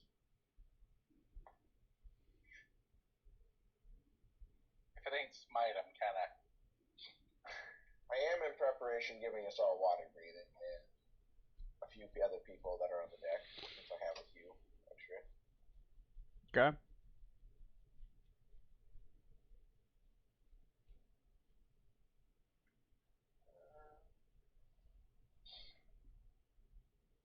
We can always just set the ship on fire if we want. I mean, like it's that unusual for us. It withstood Dragon's Breath for a bit while we were gone, right? It'll be fine. Yeah. Still have some old burned sails, right? We can just set them on fire again, just use them up. What could possibly go wrong with setting the ship on fire? I mean, where's the downside, right? I mean, we're surrounded by water. Yeah. We'll just fly the ship underwater to douse the fire and fly back up. I mean, that's science, right? But thicker. Yeah. Fine. Yeah. Yeah. Except they're tight, right? Sure.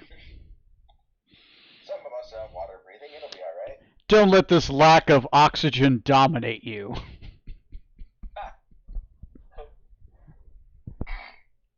Well, no one else has anything. I can try that skywrite and see if that'll work or not. The other option I might suggest would be if we're in a ship graveyard and if we start looking like we're looking for treasure, they'll probably come out pretty quick as well. But I prefer to try to lure them out with weakness first. They'll be more surprised when it's not.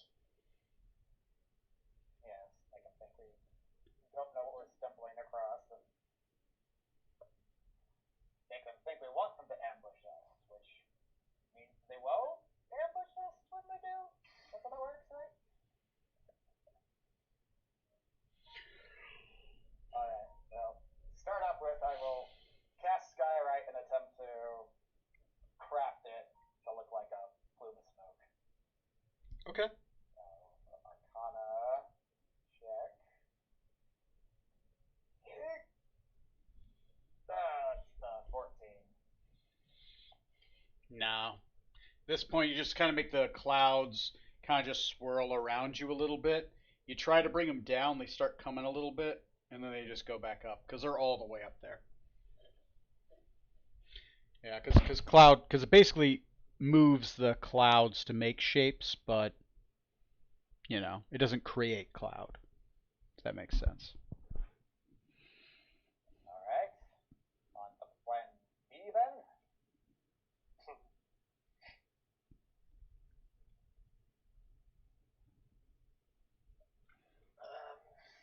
I'm not saying anything. I'm just here. I'm just waiting.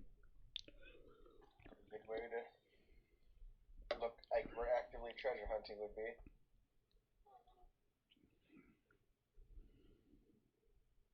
I'm not super keen on just jumping in the water. Yeah, that Lord's Ensemble, right? Yes. Maybe you could Well, disguise yourself, look like not like a captain, but maybe like a courtly lord who's just like, you go get the treasure, like you don't know what you're doing, like a bumbling oaf. unfortunately, I'm not attuned to it currently. I didn't expect to need to disguise myself from them.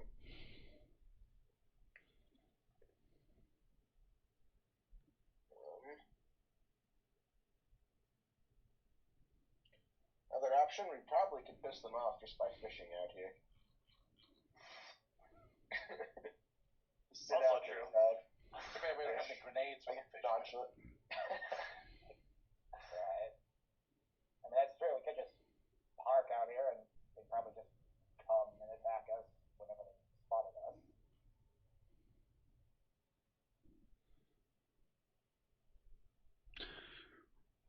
So what do you? Give them time and see if they'll come visit us. Okay. I'm just gonna fish. Okay. You guys fish. How long you willing to wait?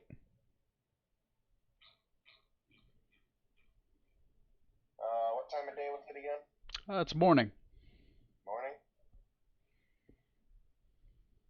Give it a good 4 hours.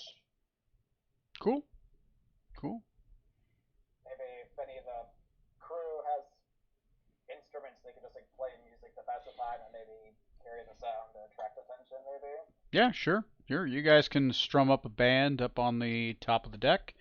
You guys can pull out some fishing equipment, and you guys can start fishing. Just for the hell of it, everyone make me a fishing check. If you're proficient, you get to add your proficiency bonus to it. That's not a skill. No, it's tool proficiency. No, if you're not proficient, what do you roll? Just be like dexterity, right? Charity. Or intelligence. I'll let you choose which. Either you're trying to like time it, or you're trying to like just be dexterous enough to catch it. Definitely Dex. Yeah.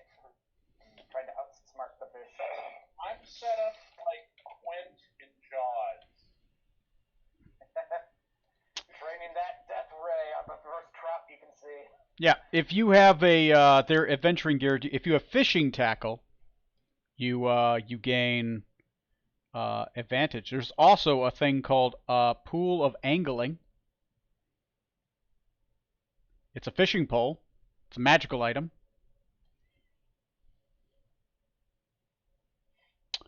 There's a hook of fisher's. Jesus, there's an entire fishing thing. You can be decked out in fishing equipment. Was this World of Warcraft? Still aspiring to be the world's greatest fisherman. Oh god. We It's a stumbled thing. upon the Legend of Zelda minigame. We'll never get out of this. What if I want to be the world's greatest pie maker? Is there stuff for that? Yeah. Yeah, there's a whole Gormon thing. They're actually beta testing some cooking feats with cooking utensils because it's actually a tool proficiency. Is cooking utensils, and there's a feat that goes along with it, so you can get like temporary hit points and stuff. So, all right, everyone, make me a fishing check. Let me know what you get. 10. 18. Also a 10. Okay. 18. You got two 18s. Yep. And I And got a 10 as well. a 10, a 10. Trey, you got a 10. I got a 22, baby. You got a 22. God damn, what'd you roll? What was it? D20 plus 3. Nice. Harpoon gun. A 19. Okay, everyone who rolled an 18, roll me percentage. Roll me percentage and let me know what you get. Trey, you get to roll percentage twice and tell me which one's the highest.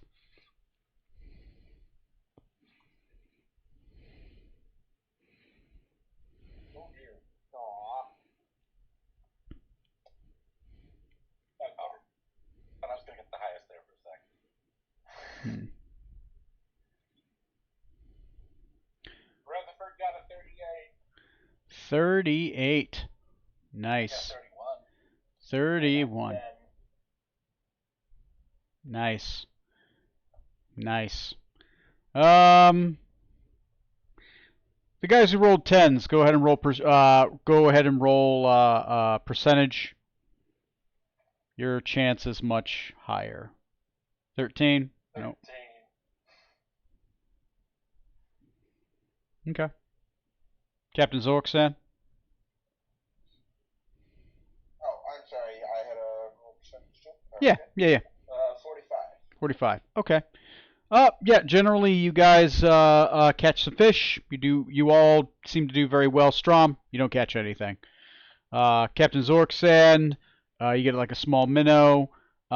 Trey, you catch a pretty decent sized fish, nothing to really write home about, as well as Mr. Smoot catches a slightly smaller fish, but definitely edible. Yeah, you guys spend 4 hours fishing. Everybody except Strom catches something. But the band's playing. People are out on the deck. They're drinking. Some of the crew are confused, like, are we supposed to party or kill? What's going on? Merifius is walking around, I'm killing it! Anyway, that's about it. People are just dancing on the deck, drinking. Some other people try fishing. That's about it. You guys are having a damn good time. There wasn't like that ominous gonna get attacked any moment kind of thing. So yeah, 4 hours pass. It was morning. That's like 8 o'clock. So it's noon. I think we need to tell the crew that, we're trying to get attention too. Yeah, that's why they're confused. They're like, some of them are like hiding a crossbow, like, woo, yeah, great time. Some of them are smoking marijuana, but don't worry, they're not inhaling. They're doing a full Bill Clinton. So. Oh, God, we had access to that. Yeah, we burned all yours, Trey. Fuck you guys. No, You were passed out, all frozen and stuff. You had a good burning in your cabin. Drunk and very high. Okay, yeah, sure. Rutherford starts drinking. Make me a Constitution saving throw. I started drinking when I started fishing. There you go. That makes sense. You say a Constitution save? Constitution save.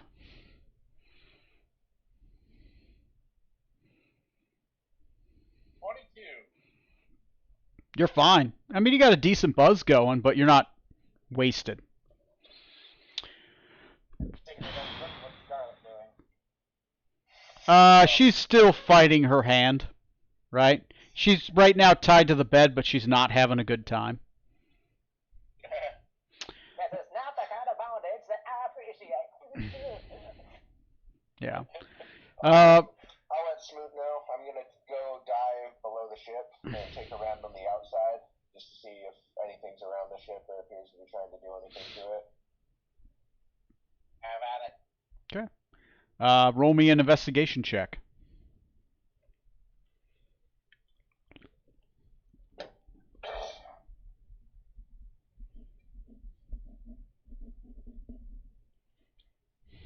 $17. 17. As you dive below the water, you don't see anything around the ship. Obviously, there's a lot of fish, at least till you dived in. Then they kind of swam away. A couple hooks in the water. As you kind of look below, you kind of see pieces of wreckage down below. You're definitely at the part where there's at least a good 30, 40 feet until there's beach, right? But the beach does slope up. As it does slope up, the water's murky. You do have the expanded dark vision, don't you? Yes. Since you have that, you can see through the murkiness because your sight is unhamperable. You actually see their submarine with the two arms. One of the arms appears to be missing its hook, as if it has broken off. And there's only one hook currently. You kind of see some parts and some tools scrambled below, like they've just been repairing it underneath water. And it appears to be parked there. You don't see anybody on it currently. And that's there, but there's also wreckage of other ships around here. But they all kind of look like they've had the bottoms kind of torn out, like the ship has kind of torn them out and they've kind of just gone through the wreckage. Definitely there's a lot of skeletons down here, just in the water, right? For a moment you think you saw a shark to the north. It is a cove, so there might be a couple sharks that kind of patrol this area. You know they have shark pets. They kind of do their bidding. That's all you see, but no orcs, no air orcs right now. All right. Come back up, get back on the ship, and share that news. And under which it seems like we probably should just go ahead and go into their cove and take the dinghy into the cove. They're fixing their submarine underwater, so I don't expect they'll be attacking any ships right now. Not right away. Unless they got a new ship or something, but presumably not. It'd be hard to want to give that one up. Okay. Had a nice peaceful afternoon, or morning. Shall we go pay them a visit? Sure, let's form a war party. Who wants to come with us? Who do you choose to go with you? Is the person that will speak up. Two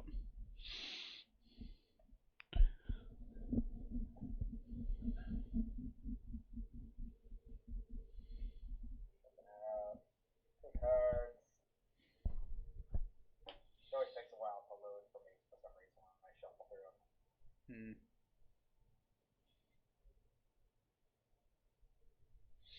So you guys thinking about who you're going to bring. Your plan is to get into the dinghy. The dinghy can hold up to 10 people. Max. So there's 1, 2, 3, 4, 5 of you. I assume Meekob's going with Neil.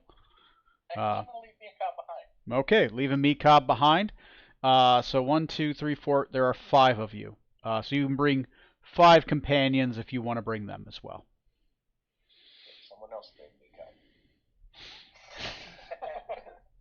Captain, are you volunteering? Not on my life or me cubs. Well, maybe me cubs. Okay. Johnny, you bring anybody? Yeah, I'll bring Grimbless, the Dragonborn, with me. All right. You got a sheet. Trey, you bring anybody? Nope. Captain Zorksan? Esmeralda's gonna come for fun.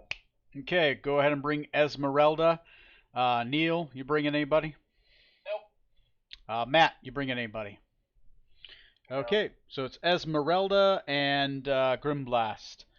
All right, sounds good to me.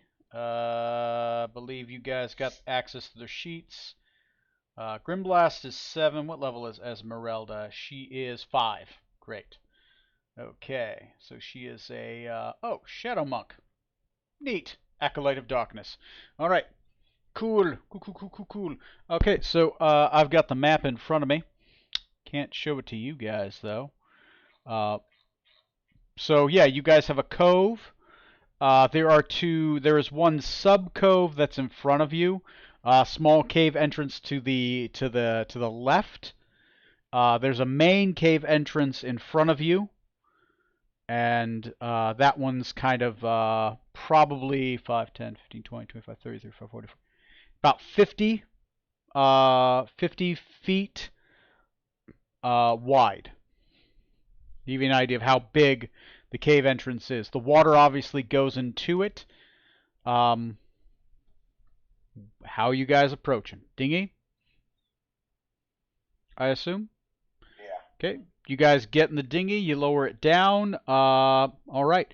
Go ahead and let me know how far you get. Are you guys going in directly in? Are you guys just waiting for descriptions? What are you guys doing? When we're going in, I'm gonna go hang out underneath the boat. Okay, so you're below, just in case anything tries to okay. jump So us. you're not in the dinghy. You're under the dinghy. Okay. Yes. Okay. Swimming underneath the dinghy. All right.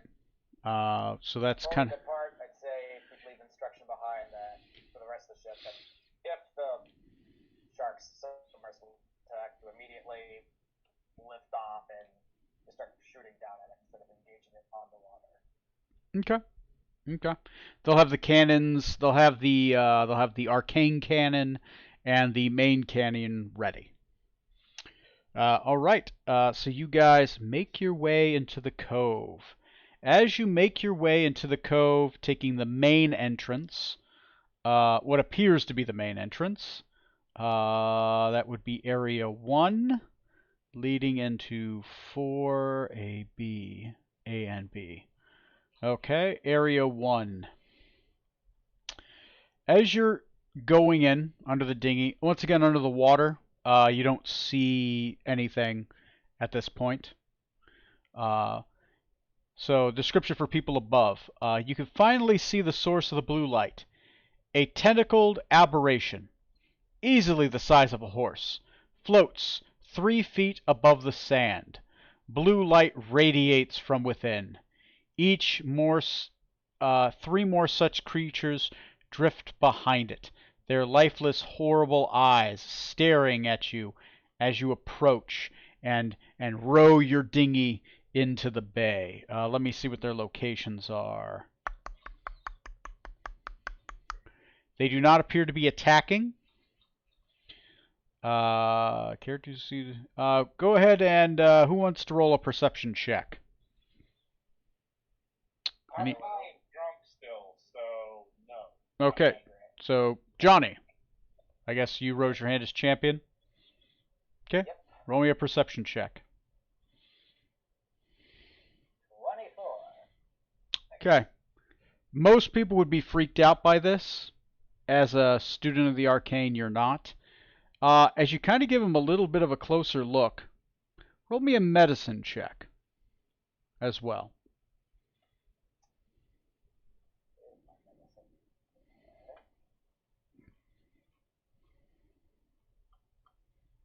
It's 20 total. 20 total. Oh, okay, good. Not proficient, but still very high. These octopi that you see just kind of inside the cove in just random spots with the glowing eyes, at first you're kind of freaked out by them, and then you're like, wait a minute. They're dead. Is that a lantern in its eye? Kind of just looking at it.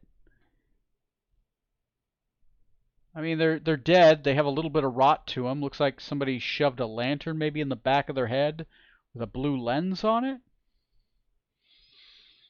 Kind of weird. You've seen like horror houses before in like Carthal, right? They do a much better job with magic. These are not. They don't feel magical, right?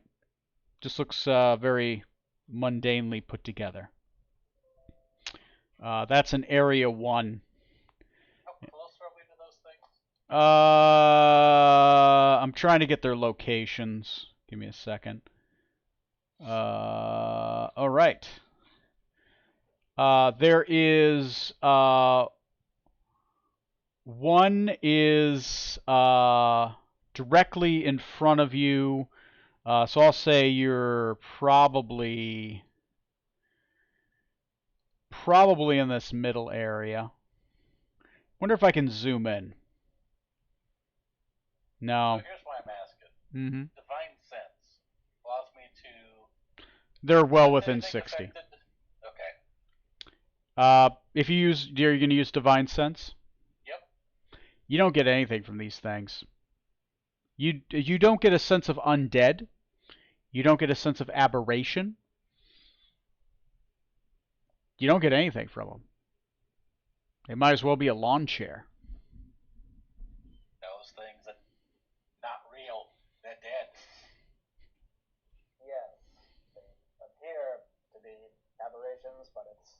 crude facsimile. So as you guys are kind of, in this point, you're just kind of in the mouth of the cave. It's about 30 more feet till you actually see land that you can land on. You do see off to the left there appears to be kind of like a inner cove river that goes up there, and immediately to your right, there seems to be a docked rowboat in the back end of the cove, right? So where the cove wall curves around, there appears to be a pile of beach. As you pass it, you kind of can now see it, and there appears to be a rowboat. There is debris in front of you. There's definitely a cave entrance that seems to have several jots off. So as you get into the cove, there is a beached area, right? A main beached area where these little, basically, it looks like somebody took a bunch of squid, killed them, and stuck lanterns inside their heads to kind of spook people off. And at least from the perception and the divine sense and the medicine check. At least, and you can definitely tell, Neil, within 60 feet, you don't sense any of that weird stuff that your divine sense can normally get. Is that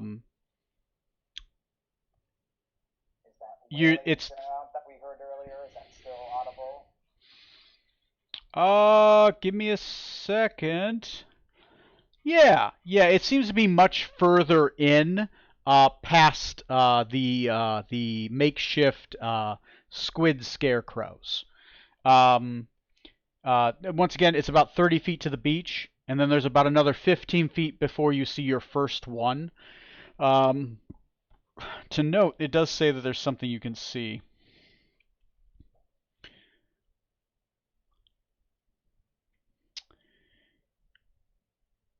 So in area 4, I'm going to call it the main beach area, before there's like caverns that go deeper into the cove.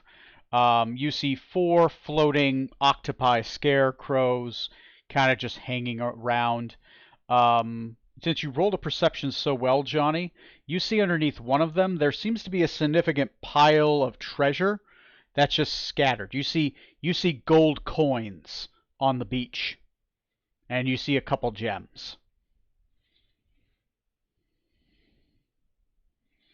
That seems to be on the initial beach, about 15 feet in, almost directly underneath the scarecrow. But they're definitely scattered everywhere, as if somebody dropped a bunch of treasure, and it's just kind of sitting on the beach.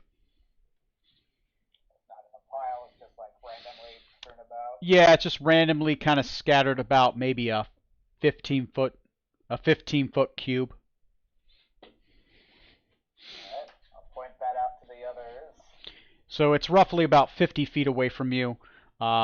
60 feet is about the edge of your range, Neil, and that's definitely, by the time it's at the edge of your range, that first octopi scarecrow. I'm trying to see if there's anything else you guys would see from the map, or at least that it says you see. No, nothing else. There's kind of a river area that kind of goes up north, further into the cove. Maybe it's an underground river that flows, or maybe it just flows into a dead end. Who knows? But outside that, initial area inside the cove, beach, river that flows up a little bit more, but there's like a wall and you go into it. Careless of them to just leave their hoard laying about. You do hear that wailing in the distance, much further beyond the octopi. I wonder if that isn't also some distraction. It sounds like something fearsome, but it's just a false noise to scare people off like these creatures. I'll bet that treasure's fake. Like these creatures.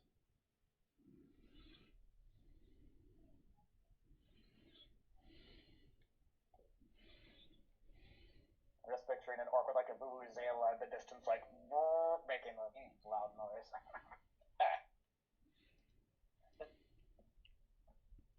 Should we make a landing and inspect it further in the cave? Because really, right now we've got 2 options, right? We've got to either disembark or keep going. Yeah. a little ways, or as far as we can see. Essentially, so far that Yeah. you could see the beach, and you could see the river entrance off to the left, where it continues to go deeper into the cove through a water path. I think we disembark first and just see what's over here.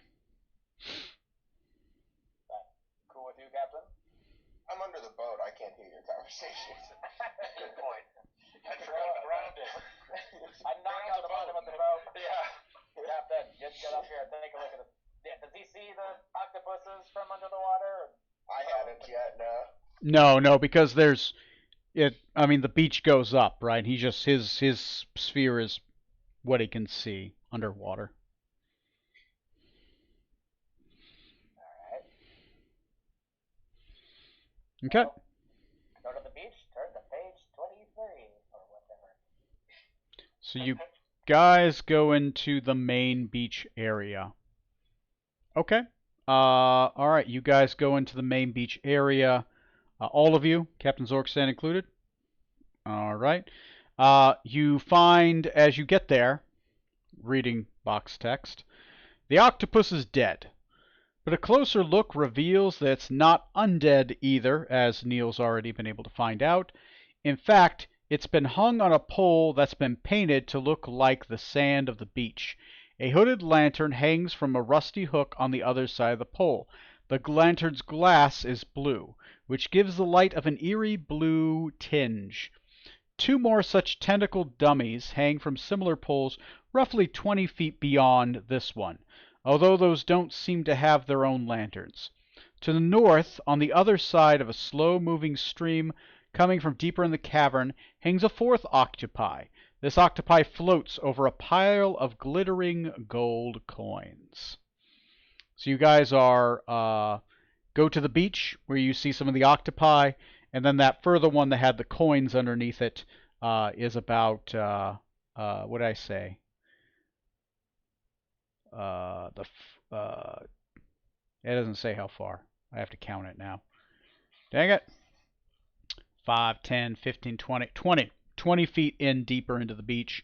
You see the octopi with the gold coins just kind of piled underneath it, and some gems. As you're standing on the beach, to the right of you, there appears to be a cave entrance. And to the left of you appears the beach appears to curve and continue to go deeper into the cove, and possibly there might be more entrances on that side. So left or right?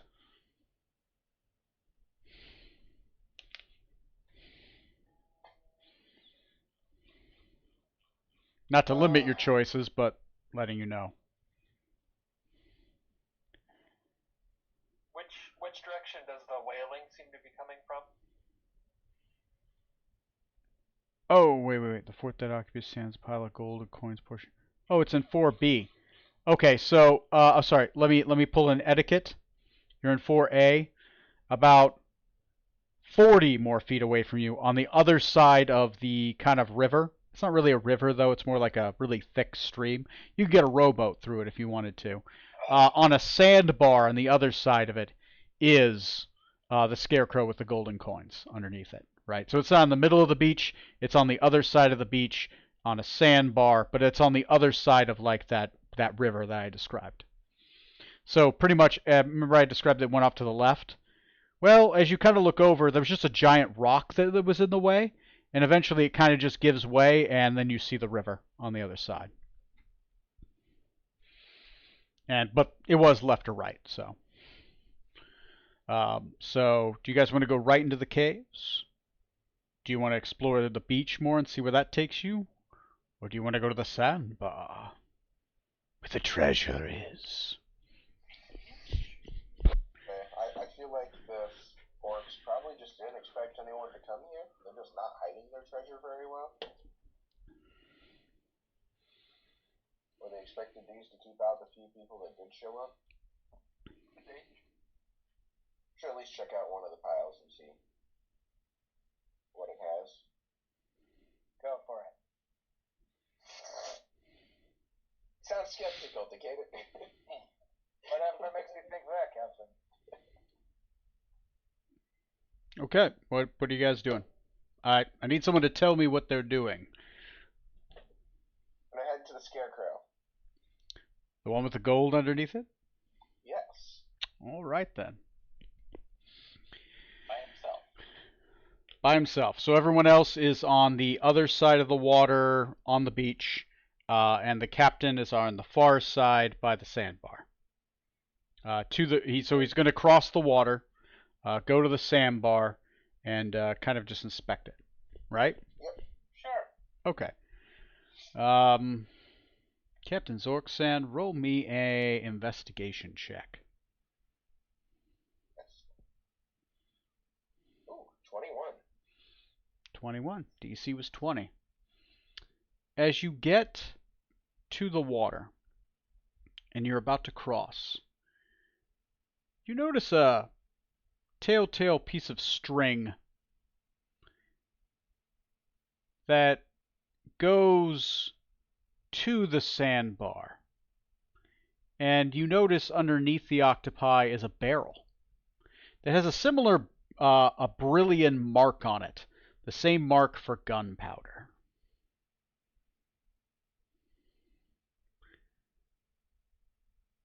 Alright. Well, I don't think I have the skills to disarm such a thing. Yeah, you think if you would have went over there, you might have taken 20d10 damage. It might have hurt. I'm fire resistant. Maybe not explosion resistant, but hey. Half force, half fire, but yeah. Appears to be trapped. That's definitely gold, though. Not sure how much, but maybe 1,000 copper pieces? Maybe 1,200 copper pieces? You don't know. It's a lot.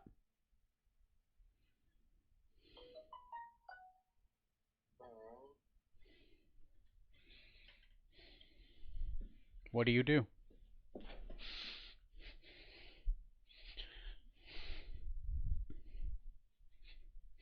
Probably take a while to harvest that with Mage Hand. Definitely would take a minute. Yeah. We'll leave it for now. We'll come back after we've dealt with the fireworks. Okay. It's definitely a real treasure. Give me a moment to look at something real quick. Might be able to get some black powder too for the guns as well. We can disarm the traps.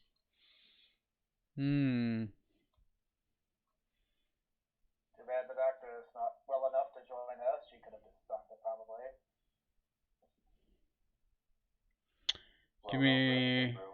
Give me a second. Let me just read something while you're doing this. You might be able to just step over it, but stepping isn't really my forte with this. Yeah, you're more slithering over. Get over strings in that case. Yeah. Okay. As you get over there and you start to turn around, further deeper into the cave beyond the beach, you hear voices. So the eerie sound continues, but you hear the voices. Who's that over there? I don't know. Oh. Hello, stranger. Hello. What language? Appears to be a Netadranian. Does the captain hear this, or do we all hear it? I think at this point the captain mostly hears it because he's a lot closer. He had to go deeper into the beach and north. There, he's about a good 60 feet away from you guys, but you guys would equally be able to hear it.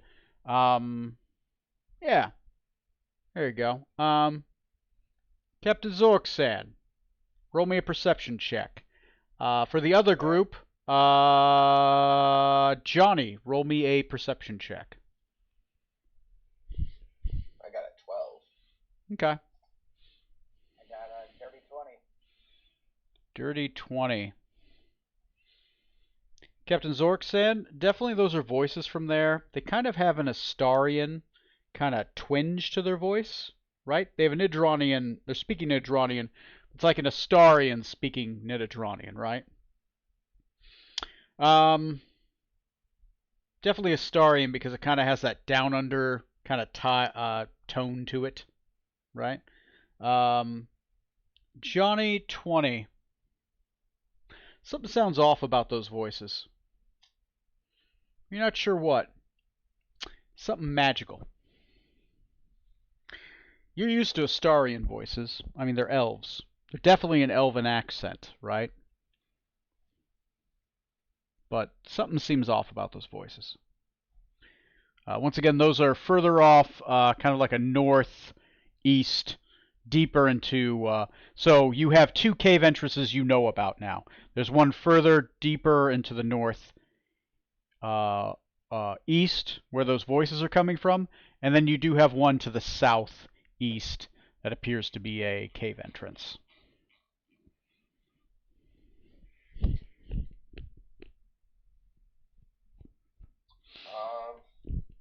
I guess I'm gonna motion that they should continue on. I mean, if we're caught, we're caught. So I'm gonna continue forward. See who North.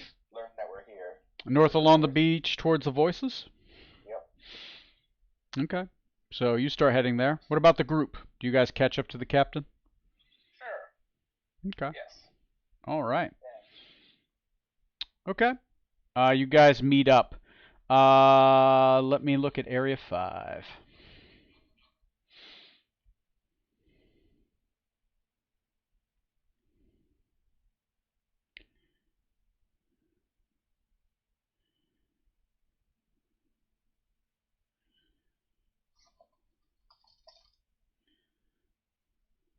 Give me a second.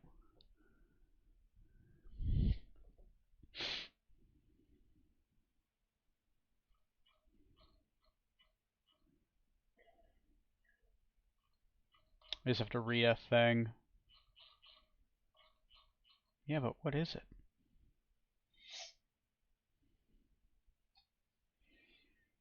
Okay. Alright. So your characters find your way into Area 5.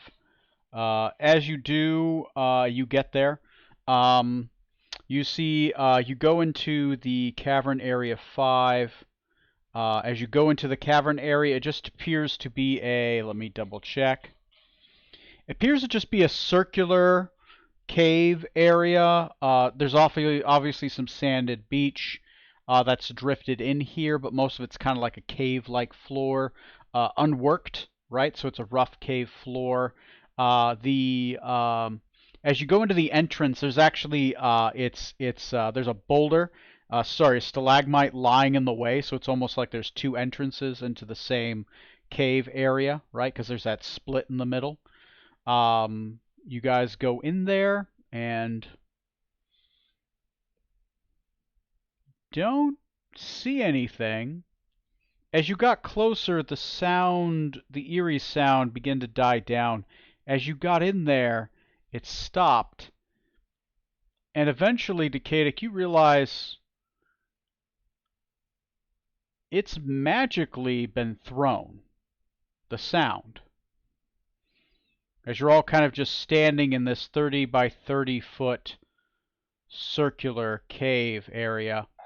Back up. It's too late. We're going to begin combat with a couple fireballs. Great.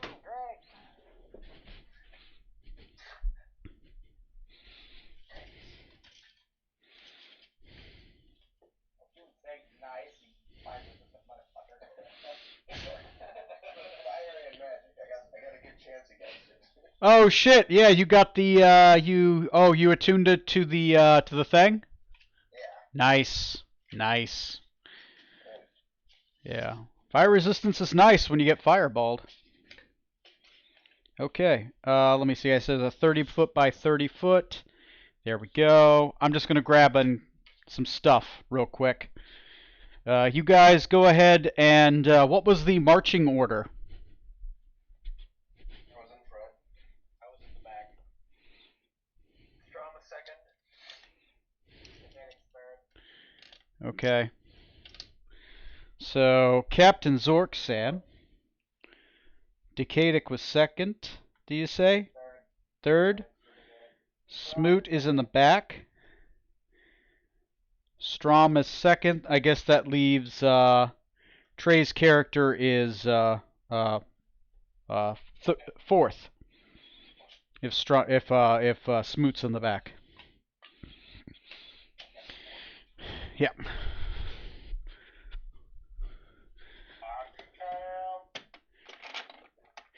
Sir, you've been to Brilliant School, haven't you?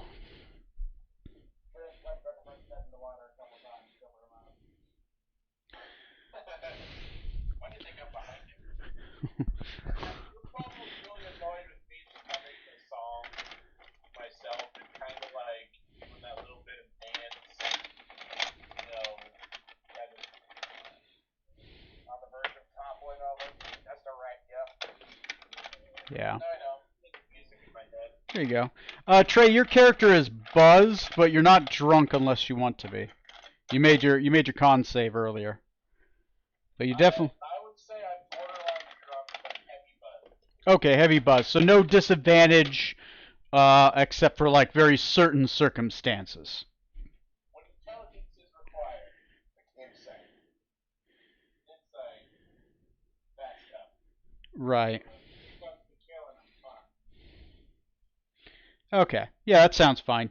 Your trigger finger is still sharp, but maybe, you know, your judgment's a little, you know, impaired. End up hitting on the top hip. There you go. So standard. Yeah. Sounds good to me. I'm going to say that the middle of this is kind of like a. There we go. I'll just grab like 2 or 3 of these. Yeah, can't wait to start painting these dungeon tiles. Hey Trey, my architect stuff came in. Oh, Yeah, Architect of Destruction, baby. Came in. So, assuming you want me to help paint that. if you want to, you don't have to, man. I got, me and Sarah are going to set up an assembly line. Not all of it came in, just the first wave. Right? So I've got like, so far I've got like, 500 pieces to paint. That's about half.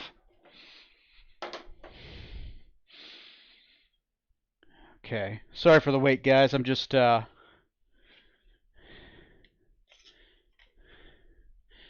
setting up the beach area. Right? There we go. You guys would have came in here. Right? Dead octopus over there. Okay. Cave walls. I can see clearly now the rain is gone. I can see all obstacles in my way. Heck, even your mom. I can see clearly now the rain is gone. Gonna be a bright, bright, bright, bright sunshiny day.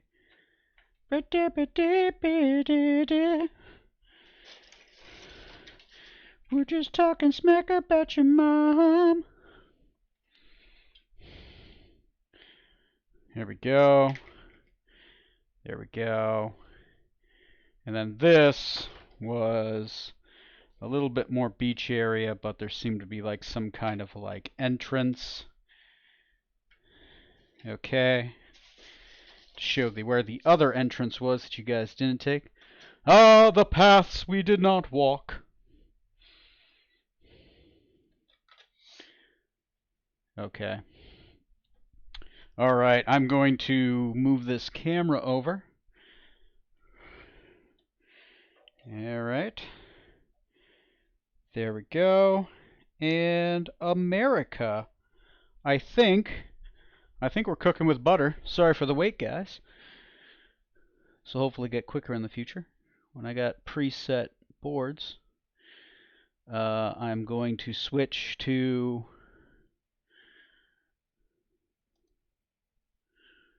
oh, it's doing the background. Shit. Video settings. Backroads and filters. Ah!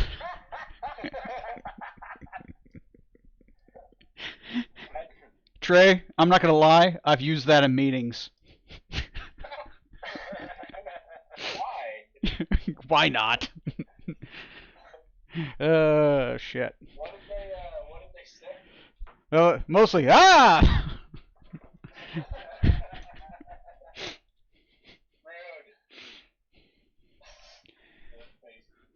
Mostly out of surprise. Let me refresh. I got a screen over here. I try to get an eye on what I can see, but since it's 1080p, my video does give out every once in a while. Okay.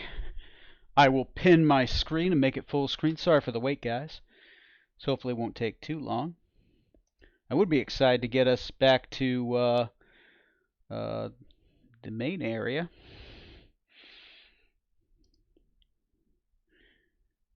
Full screen. There we go. I mean, you should expect us to get sidetracked at this point. Yeah. I mean, that's just how this goes. Okay. Okay. So remember how I said that the cave? So this was the beach right here, right? I'll say your there we go, 10-person dinghy. Let's say you park the dinghy right about here, right? The dead squid was here. This was the sidebar, right? And then this was kind of the, we'll say like these three together were the break that kind of prevents you guys from being able to see further in, right? So this is like the river. There's the sidebar. Do I have a squid? I think I actually have a squid. I might have one. This is probably the only time I'm ever going to use this fucking thing.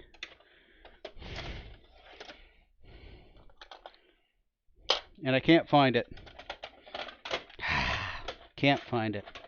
Thanks, Obama.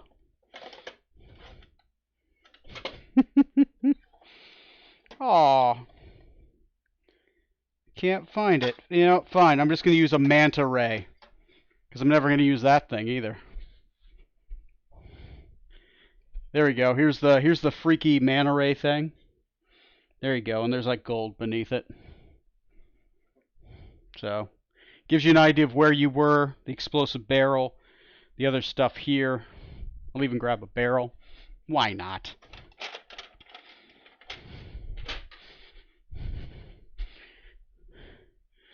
Bam. It's on the other side of the manta ray. There you go. Okay, so there's where you guys are. Great.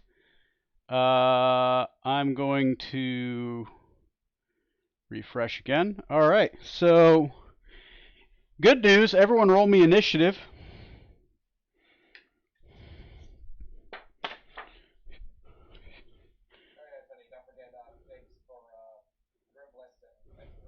Oh, yeah. Where were they in the marching order?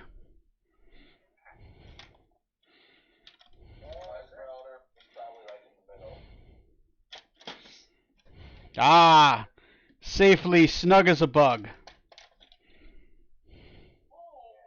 fireballs are likely to spot, you know? It's very safe there.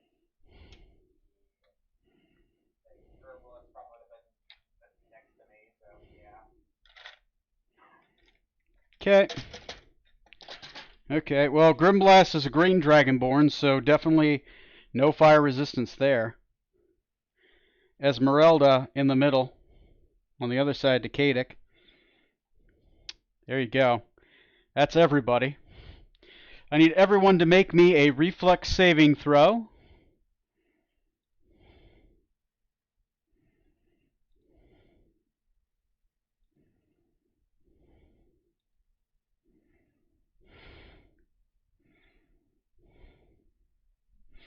Okay. DC is 14. Reflex is dex, right? Yep. Sorry, wrong edition. Who dis?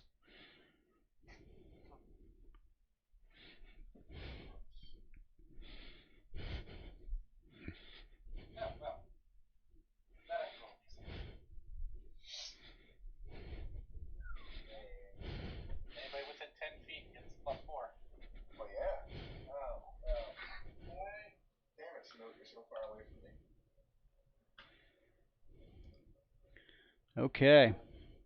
For our backup characters, what would that be if we don't have it as a skill, as a primary skill? It should say on the sheet. 3, at least when you're level 5. Yeah, it says primary and secondary saves. Anything that's not a primary save is a secondary save. Same thing for skills. Okay, good for Grimless, bad for me. Alright, cool. Cool. Monster health sheet. Everyone go ahead and put your initiative on the monster health sheet.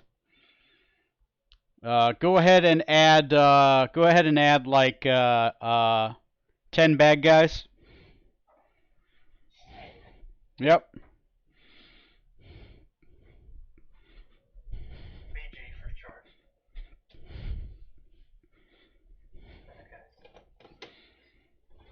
Yeah, I'm the bad guy. What?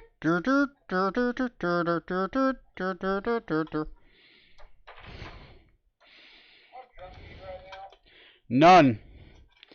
I'm staying sober for a little while. Hey, get that Brett Thorax bullshit out of here. He's not fighting here. That we At least know we of. hope he's not.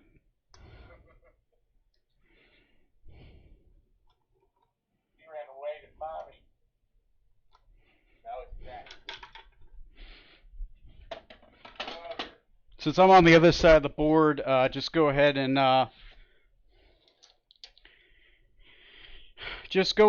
put pirate 1 through 5. Put were shark boss, and put drow 1 and drow 2.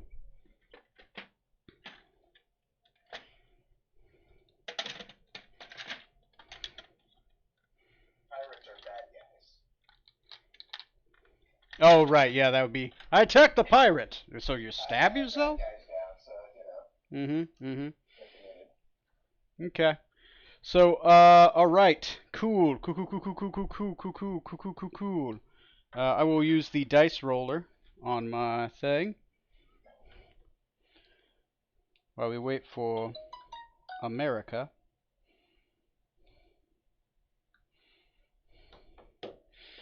Okay, so...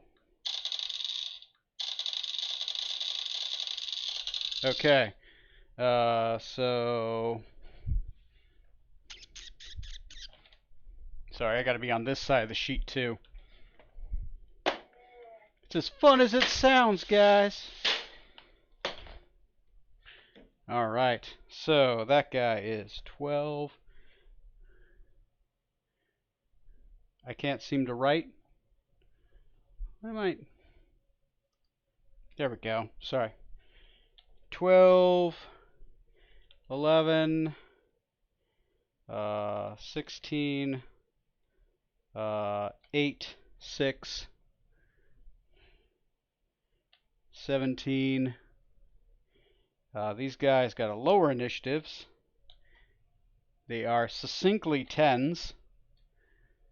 Alright. Cool. Is everybody ready? I'm going to reorder the sheet. Okay, I'm gonna take the color off this one since we don't have that big boss guy anymore, and I'm going to. All right. Isn't this THAC0? We're not doing THAC0 initiatives. Yeah. Go ahead and fix your health if you've got damage on you because you guys have had long rests. Trey, don't forget every morning you get temporary hit points from one of your things.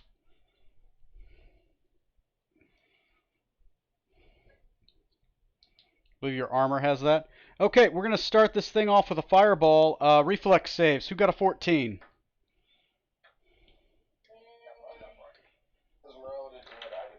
Okay. If you got a...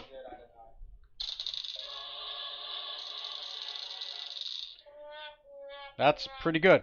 If you made it, you take half of 33. If you do not make it, you take 33. If you have resistance, you cut the damage by half after halving it or before, whichever's better.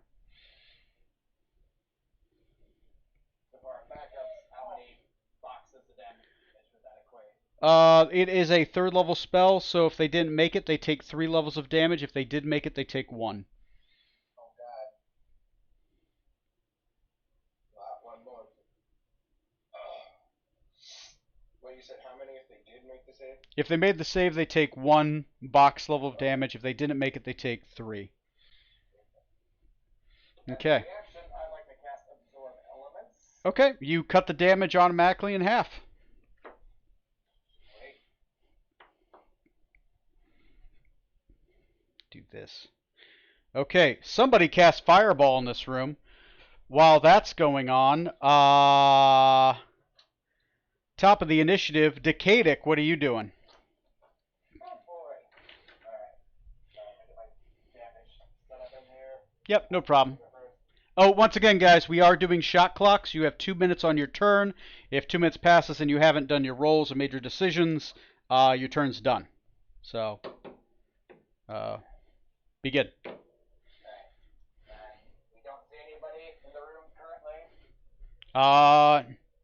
You can make a perception check on your initiative if you'd like to search, or an investigation is more germane. Yeah, I'll do that. I'll do investigation. Okay, you do an investigation check. Go ahead and roll. That is 17. 17. Nice. The DC was 16 with an active check. You see a secret door, and you see a wand that had popped out from it. This secret illusionary door. You saw a wand that popped out from it, has now popped back. I'm going to put the secret door where that is. Give me a second. What?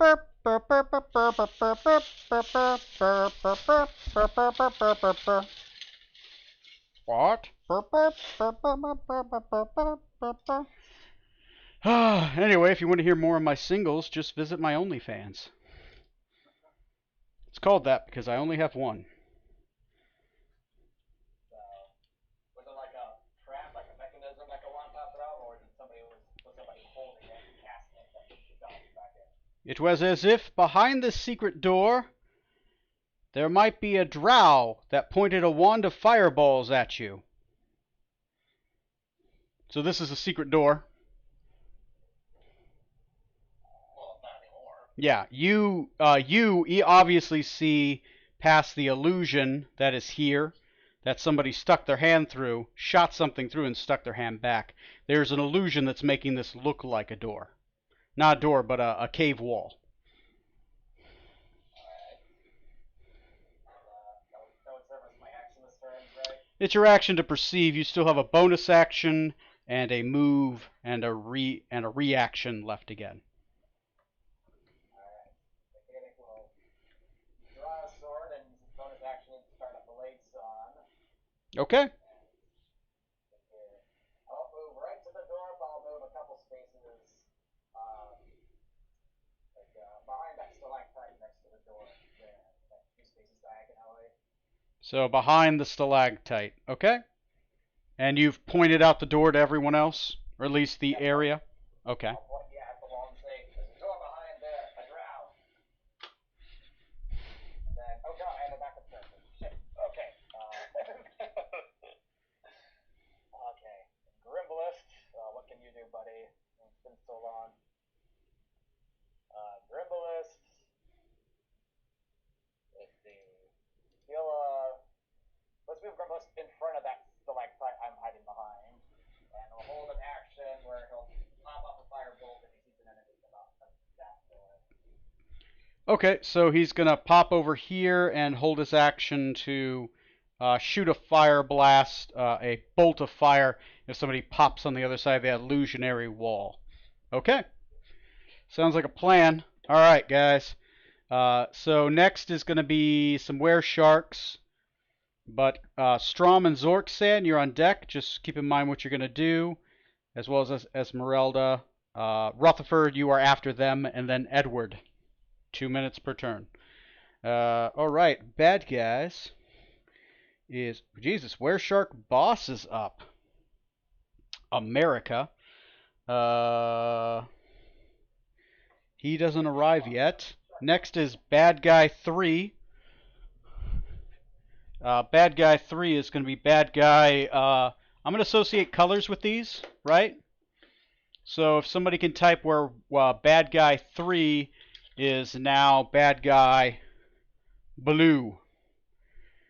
A pirate comes charging out of the water, explodes, and goes 5, 10, 15, 20, 25, 30.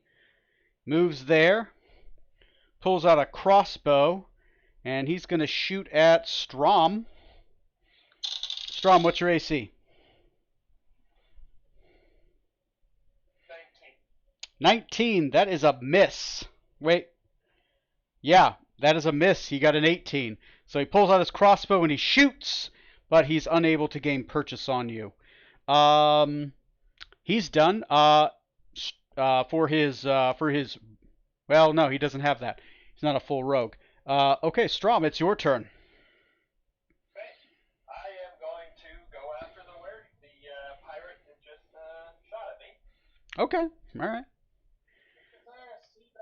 5, 10, 15, 20. Okay. Okay. And then I'll go ahead and swing at him a couple times. Okay, go for it. So I got a natural 20 Ooh. for the first hit. Oh, that hurts. Nice. A 13 for the second one. That'll miss. So then for the first hit, it's double the dice Okay. plus 5 plus 4 for acid. So it's 15 physical damage and 2 acid damage. The acid also crits. Any rolled dice crits. Oh, okay. So, yeah, go ahead and apply that damage. Do you want to do anything with your bonus action? Then I'm going to take a swing at him with my Wakizashi, Okay. and that's an 18. 18 will hit. That is 3 hits. Their AC is 15 for all of the ones that are labeled as Bad Guy. And then that's another 10 damage. All right. How much damage is that? Total 29 damage. 29 damage. Really good. They only have 40 hit points. Oh, wow. AC 15, 40 hit points.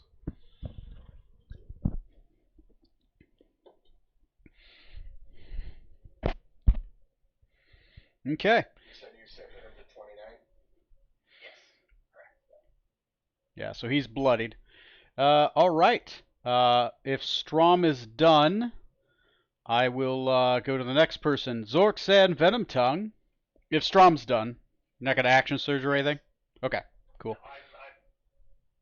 Okay. Zorksan Venomtongue. Go ahead. Just a quick question. I'm having trouble kind of seeing there over by Rutherford, like right in front of him. Is there an enemy there too? Nope. These are stalagmites. Yeah, okay. Yeah. Okay, I couldn't quite tell. Alright, never mind then. I'm gonna rush. I'm gonna first pull out my greatsword.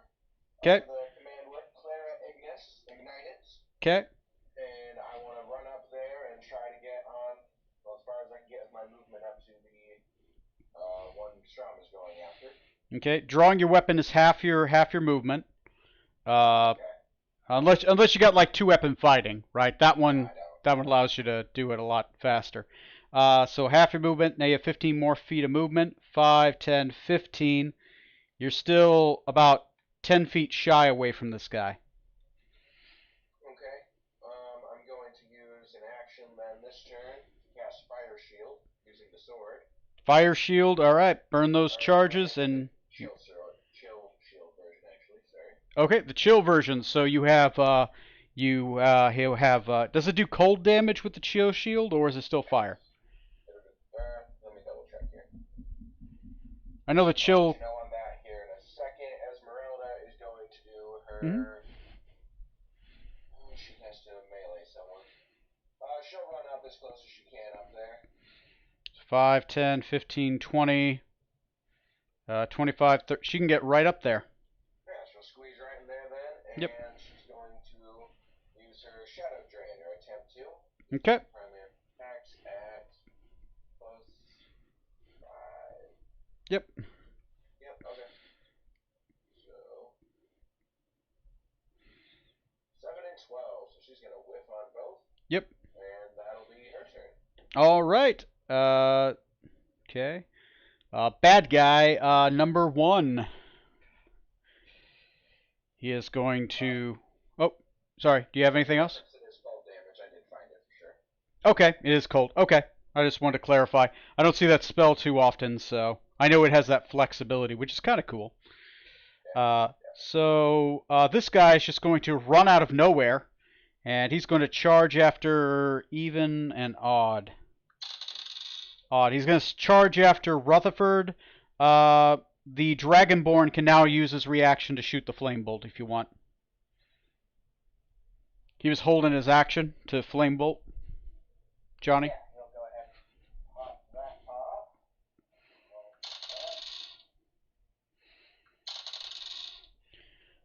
That is a terrible miss against Rutherford. Okay. All of a sudden, literally running through a wall, right? Just like it's not even there. All of a sudden, there's a wall, and all of a sudden, there's a wereboar, right? Or what looks like a wereboar, but it has, except it has scales on it and webbed fingers, charges you. And it's like, and it takes a big shark-like, wereboar-like mouth, and it tries to bite into you, but it misses. It bounces off your armor harmlessly because steel armor versus teeth, steel armor wins. Yes. With my helmet, being able to see into like ethereal creatures, it wouldn't give me anything like, look, there's a hidden doorway right there. Nope. No, it doesn't detect hidden doors or see-through illusions. Illusions are different than the ethereal. Ethereal is just kind of a plane that overlaps ours. I did point it out earlier. Yeah. And the firebolt is. Yeah, you would need true sight to see through invisibility. Or sorry, to see through illusions. Illusions are also partially kind of like a psychic thing, so your mind thinks it there, if that makes sense. Alright, so that's that guy. Next one is bad guy numero 3. Okay, this guy is going to pop out from the water. And he's going to 5, 10, 15, 20, 25, 30. He stays here. So Smoot, I'm going to move this over here. Smoot, you're getting shot by a guy with a crossbow. Smoot, you're getting missed by a guy with a crossbow. Okay. You want to put colors on those two? Yeah. Good. The last one I did is going to be purple. And then this guy is going to be white. The guy that literally just went is white. The guy that had gone before him was purple. Okay, thank you. That's going to help. Okay, next, Drow 1 and Drow 2. I can see clearly now the rain is gone. I can see all obstacles in my way. Drow 1 is gonna pop out here and he casts his 1/3 level spell a day. He squeezes a lot of people. He's going to attack. He's gonna attack the Dragonborn. He pops off a magic missile. It automatically hits the Dragonborn. The Dragonborn takes 1 health level worth of damage. And he disappears behind the illusion. The next one's going to pop his head out. And as he does, he's going to do a Scorching Ray at 3 targets. Okay. 2 are going to be at Smoot. That's a miss. That's also a miss. I'm not going to ask. It's embarrassing. The third one's going to be at the Dragonborn. What's the Dragonborn's AC? 13. That's a hit. He takes 1 more level of damage. And whoop! That one disappears behind the illusionary wall. Or door. You're not sure which. Okay. Next is going to be Rutherford Benjamin Smythe. Anyway, Drow 1 and Drow 2. Drow 1 will be yellow, and Drow 2 is going to be green, if that helps. Since there's 2 Drow. Rutherford, you are right here. You are in front. You are in melee with a were-boar shark. Were-boar shark. It's an orc were-boar shark. So that'd be orc, boar, shark.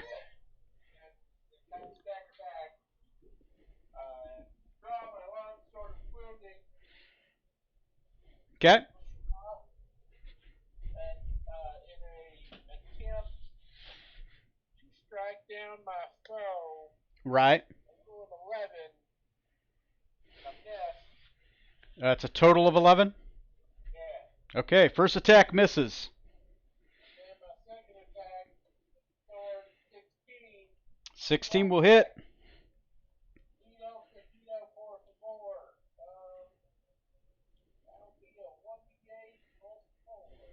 1d8 plus 4. And then next round he's going to have to make a con save after taking some necrotic damage from the wounding.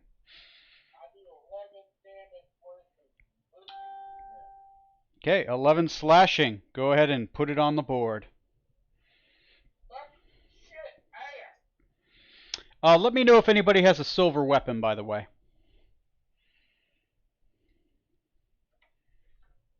Alright, so that's your attack action.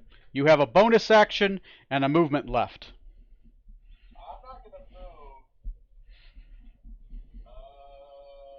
Bonus.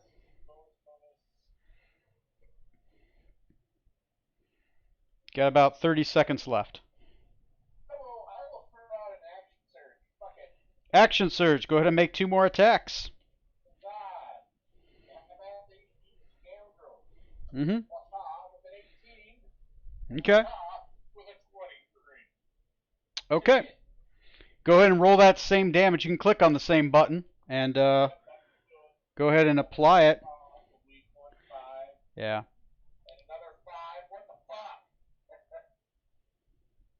Damn. All right. 21 damage to Man Bear Pig. I love it. All right. And technically that's, sir, that is orc shark pig, right? But he identifies as a boar. As a pig, not a boar, but you know. Okay. Next is going to be 2 more bad guys. I'm going to roll to see where they come from. God damn it, my sister. Sister texted me while I was hitting the damn thing and I couldn't see anything. Alright, 11. That's another guy coming through the door. Fuck, it's full here. He's going to go after the brave soul. He is going after the paladin. He charges the paladin. This one is going to be orange. Yeah. Smoot, does a 24 hit you? It does. He rolled good. He rolled good. These things do have the ambush ability. You haven't gone yet, right? We do have my Great Sword of Warning, if that makes a difference on it. Correct. Oh, yeah. This is just an ambush ability. If they go before you on the first round and they hit. I rolled pathetic. Smoot, you're going to take 19 damage. That's it. These things have a really good first round if they ambush you. Yeah. It bites into you with its massive maw, and it sinks into and it perches a little bit in flesh. But you're immune to disease, so not a biggie. Next is going to be bad guy next, and he is going to be... That's a 16, which is going to be here. He's going to explode out of the water, and he's going to go 5, 10, 15. He sees you. He's going to attack. His only clear shot is going to be Strom. Strom does a set. That doesn't hit you. You got an 18 again, so he missed. Okay, that's all of them. This one's going to be, by the way, red. Okay. Next is going to be Mr. Edwin Smoot, saving the best for last. Okay. Gonna activate my sword as a bonus action. The flame sword. Okay, sword's on fire. And 2 attacks on orange. Okay, 2 attacks on orange. Hit. And a miss. Huh. Okay. All right. Bring on the pain. 14 points of damage. 14 points of damage. All right. Go ahead and put it on the board. He takes 14. Anything else? Nope. All right. Starting off the next round, just remember where you are. You guys can obviously see the Excel sheet, so just kind of be ready. Decadic, what are you doing? You're behind. Let me pull it back a little bit. You're behind the pillar right here. So, the kid, he'll move up to that purple orc diagonally and take a swipe at him with his moon blade. Okay. You have 2 attacks, if that helps. Yeah, that's right, I do. Yeah. So cool being a blade singer. Not to brag or anything. Watch me roll shit here. And only talks about it being cool, not effective. That's right. 25 and 22, so both of those will hit. 2 hits on purple.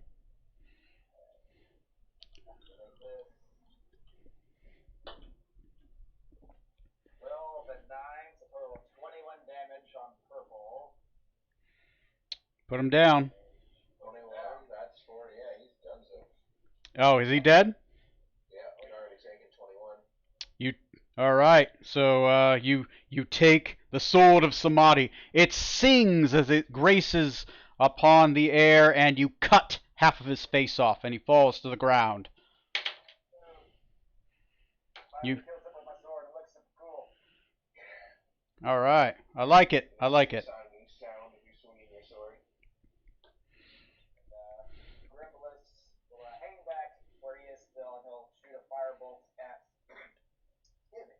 He'll shoot a firebolt at the orange orc man there, babe. Okay. Yeah. Go ahead and roll your hit.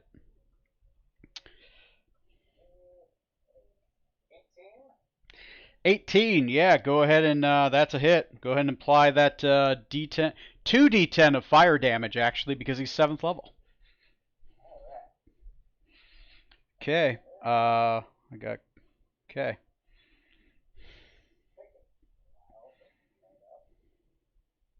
That's a 13 damage on the orange one. 13 damage on the orange one. All right. That's 27 now. Okay. Next is the Wereshark boss. Okay, he went and he did his turn.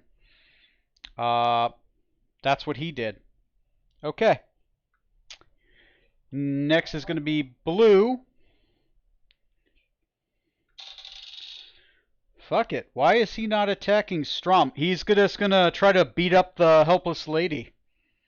So he's going to take his claws, and he's going to do, since he's bloodied, he's going to do a frenzied attack, which means he gets to make 2 attacks. Fuck, that's 2 hits on Esmeralda. Esmeralda, no. She takes 2 levels of damage.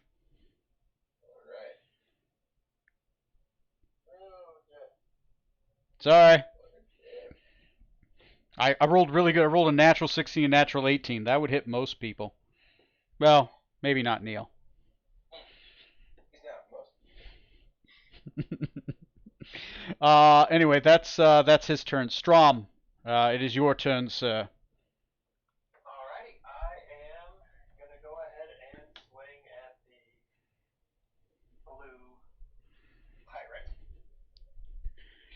You would. So that's a 25 and a 17. 25 and a 17. Those are 2 hits, sir. And then it's 15, 25 damage. That's a dead blue. You take your sword, you bury it in his chest, and his fishy guts spill out upon the floor. More sushi. More sushi. Welcome to the samurai. Did you want sushi? Racist. Then I am going to go up to. Is that one orange? Yeah, that'd be orange. Red, that was red. Red. Okay. I'm going to run up to. Oh, yeah, that is one red. And basically put Strom between the werebear and Esmeralda. Okay, got it. And then I would like to use. Actually, I'm going to use Action Surge Okay, yeah. and attack him again. Okay, you can make 2 more attacks. So there's 15 That'll hit. and a 21. That'll hit. And that gets me 14, 24 damage total. Okay. Doing anything for your bonus action? I will go ahead and attack with the Wakizashi. Got a 27 there. Another hit. And another 12 damage. Okay. Boy, he felt that. So he's bloodied now, right? He's got 4 hit points left. Okay. He's under frenzy now. Okay. All right. Strom, I think, is done. Captain Zorksan, Venom Tongue. Alright, well, I guess I'm gonna go run up and try to finish off that werepig in front of Strong. You would.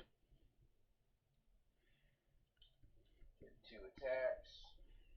I got a 24 on one of them. 24 on one of them. Damage by default. Yep.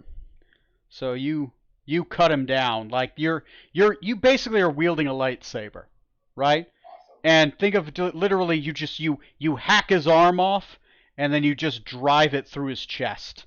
And it's just burning and cauterizing as he falls to the ground. A bonus action, I'm gonna spend admiring how it cut through a wereshark like butter. Mm-hmm. Next, what's her name? Alice is going to, Esmeralda is going to run over, and she's gonna go hang out next to Rutherford for now. Okay. Orange is. She only moved 20 to get there. Okay. And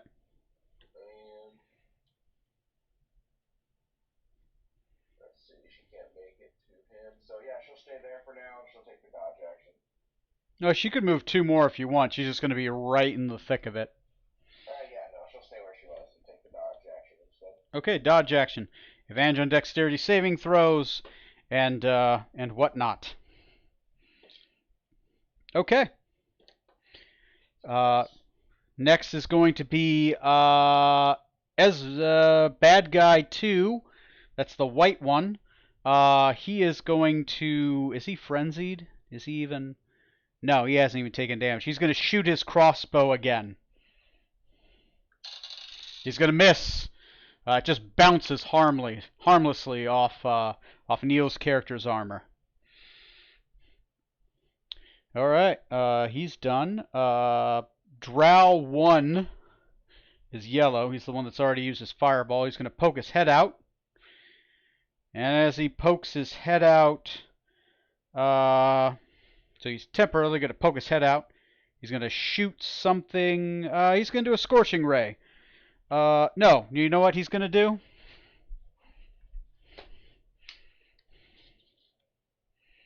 Where is it? Tell us. What's he gonna do? What is he going to do? It's not quite this big. There we go. His second level spell. He's going to pop out right here. And he's going to unleash. There you go. He's going to unleash a Burning Hands. I need Rutherford, Smoot, and Decadic to make dexterity saving throws. Both of you are within the aura of Smoot, so you get Smoot's bonus to your dexterity save. So it's a +4. Correct. And he's going to duck back behind here. Yeah. How did I miss that? You're so busy helping us that you forgot to dodge. Apparently. Remember, duck, dodge, dive, dodge. Nice spin, parry. Okay. Barrel roll. Anyway, second Drow is going to pop his head on. This is the one that hasn't used the fireball. Hang on, what was the damage on that? Yeah, burning hand. What was the damage? Oh, burning hand. Sorry, it's fire damage. It is 12 fire damage if you didn't make it. If you did make it, you take half, and if you have resistance, you can also half it. What was the DC? The DC was 14. The half of 12, huh? Yeah. I need everybody in the radius of the fireball to also make a dexterity saving throw. That would be Grumblast, Esmeralda, Decadic, Smoot, Edwin Smoot, and Rutherford. That one I made. Esmeralda's within 10 feet of Snoot, right? Yes, she is.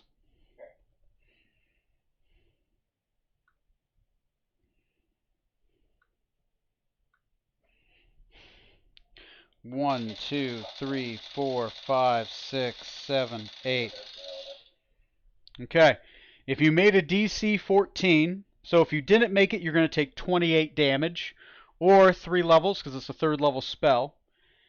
If you did make it, you're going to take half of 28, and only take 1 level of damage, because it's a 3rd level spell.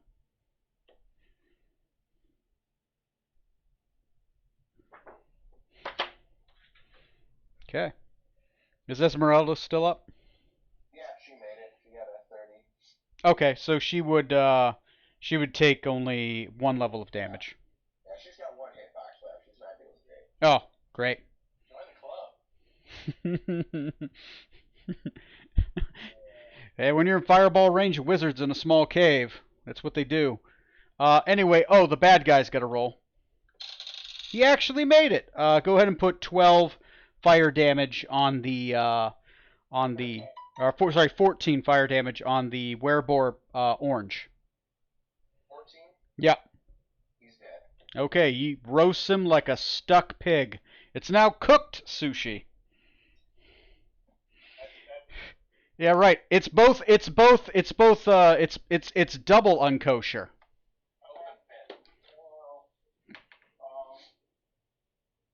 Can't do that to sushi. It's laws. All right. Call that American sushi. That's right. Cooked sushi. That's American sushi right there. Yeah! Kiss my sister. All right, who's next? I believe it's me. Yes, Rutherford. Rutherford. You've seen these little assholes pop their heads in and out of there. Can I run? I'm just going to take off and run after them. Okay, so you're just gonna charge blindly through the. Where have they been passing in and out? Where all these assholes have been coming in and out? Okay. I need you to make a strength check.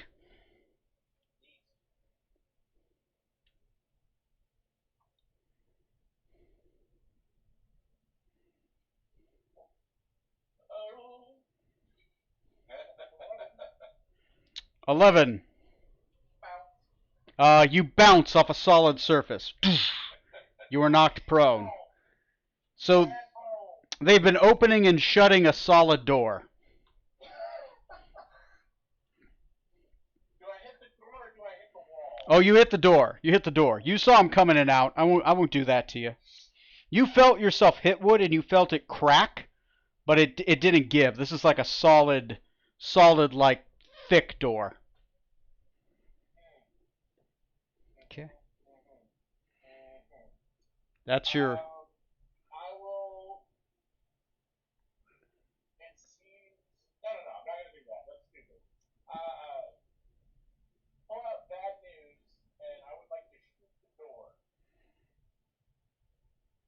Okay.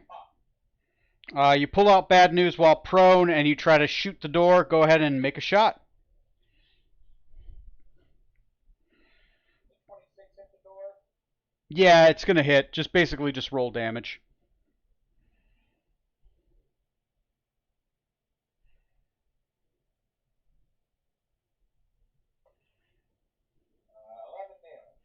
You hear the splintering of wood. You don't know if you blew a hole in it, but you definitely damaged the structure of this door. It's behind the illusion, so it's difficult to tell. But you definitely fucked up the door. Bonus action, reload, and fire again. Go for it. 22, I'm assuming that hits. Yeah, that hits. The DC is 10.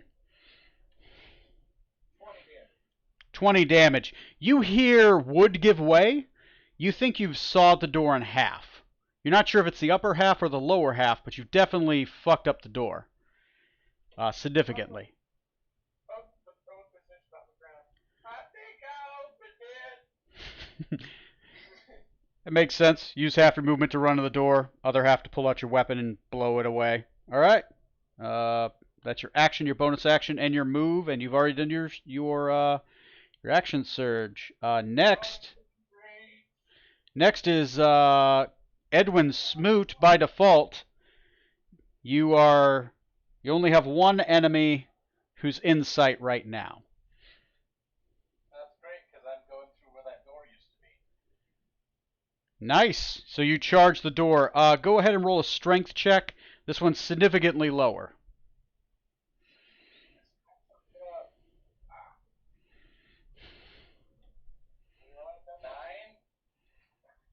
9. DC was 8.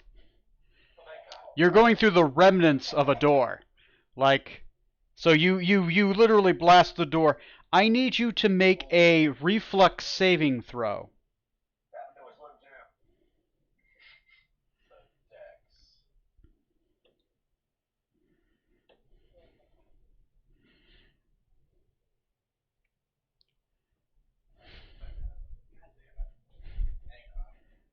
Okay.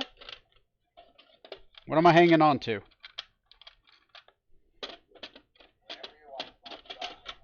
All right. Well, I'll save that for our OnlyFans account. 8. God damn it. Roll 2 fucking 2s in a row. Sorry. You now realize as you're busting through the door, there was a pit trap right here. Oh, sorry. I grabbed Rutherford by reflex. It's fine, you can use it still. Yeah. Here, to kind of tidy it up a little bit, let me grab 2 of these. That is Van. That is, here's one. Right, and this is the other one. Okay. So these guys have been levitating or something over a pit trap. You fall into a pit trap that is 20 feet deep. And you land onto spikes. You're going to take 13 falling damage.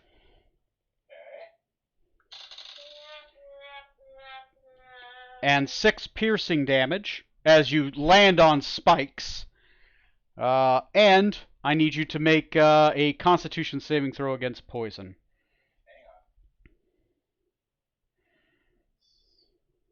There we go.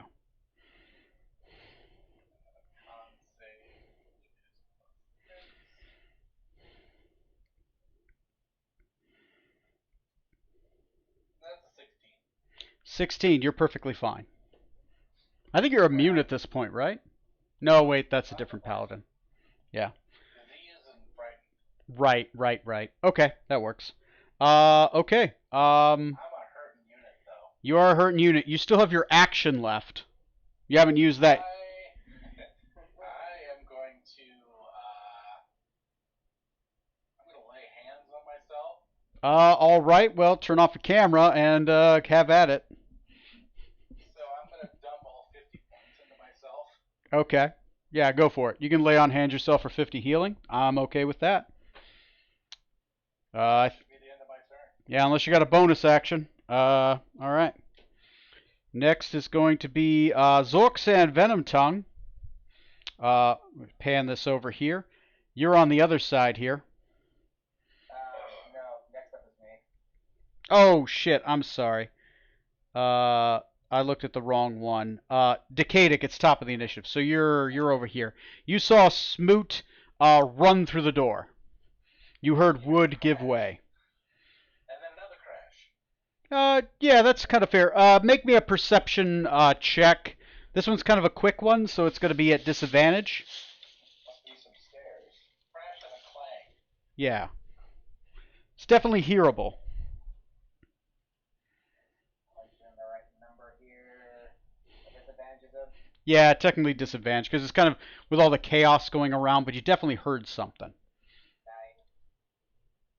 You're not entirely sure what's going on the other side of that door. You did hear a clash and a clang. Maybe he's having a sword fight with the two wizards. Definitely some screaming. The illusion is still up, yeah. Yeah, it's there. Alright. Can I... Unless you dispel the illusion, it's there.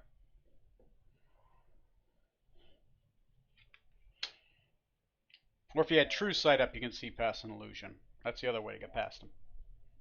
Can I walk out to the door and just poke my head through the illusion? Not really charging in, but just see if I can Sure. see the other room. Yeah, as long as there's not a guillotine in there, you can do that. Yeah, on the other side. 15, I'll say it's 20 to poke your head through. As you poke your head through the illusion, you definitely push your head past some wood pieces, right? The entire middle of the door is gone, right? The entire middle is destroyed. There's still the hinges, some wood on some hinges, right? And some wood along the top, and there's some wood along where maybe a handle is, and then there's nothing, right? The middle of the door has been Kool-Aid Man. As you poke your head through, you see Smoot down 20 feet in a hole. You see two wizards with wizard staffs ready, and it looks like they're about to charge up to the hole and like blast whatever's on the inside. Alright. If it's 20 feet deep, you said? It's 20 feet down, yes. So if I were to cast a fireball at those assholes, it probably wouldn't hit Smooth because of how deep down he is. Yeah, it wouldn't hit Smoot because he's 20 feet down, and the fireball is only going to affect the area. It's just basically he's going to have complete and full cover against it. Excellent. So there's a door right over here if that helps. Yeah. And the door back there. Yeah, you can fireball this side of the. You basically take the middle and you put it somewhere, and then everything from the middle gets hit. So it'll stop at the door, but it'll do that. Alright, yeah. Mechanic will hook his head through and say, "Here's Johnny!" and cast a 4th level fireball at those assholes. Oh fuck! All right, I need 2 reflex saves. They are not high level wizards. They only have 3rd level spells. So reflex 1. What's your DC? 17. Well, fuck him. And fuck that guy. It's full damage. Alright. 96. Yes. All of that. 30 damage.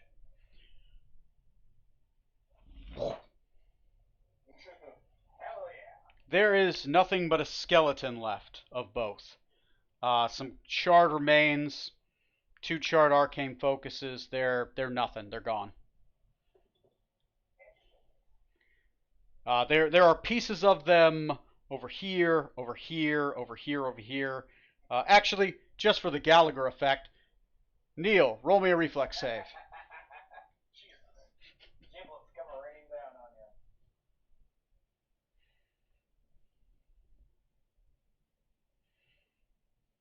24. 24. You see Decadic poke his head through the door. He says something. He points his finger. There's a gigantic explosion on the other side of the room that you can't see. A flash of red, and then pieces just start raining down. You put your shield up in time, and they just kind of just It's like a really gory umbrella, and then you just kind of Guys, slap it off to the side. guys, what's going on? All right. Anybody? Grip. Anybody still alive? Grimblast. It's Grimblast's turn, and then the other guys. Yeah, Grimbless, he can move in so he has a straight line of sight at that white orc. Yep. Bear pig. Yeah, he's got a clear line of sight. Especially since Rutherford's taken basically full cover. Well, he's gone prone.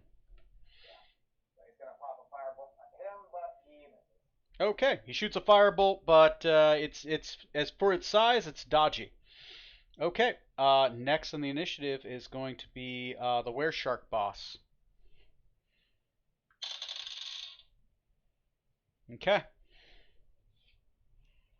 That means that when he throws it, it's going to go random.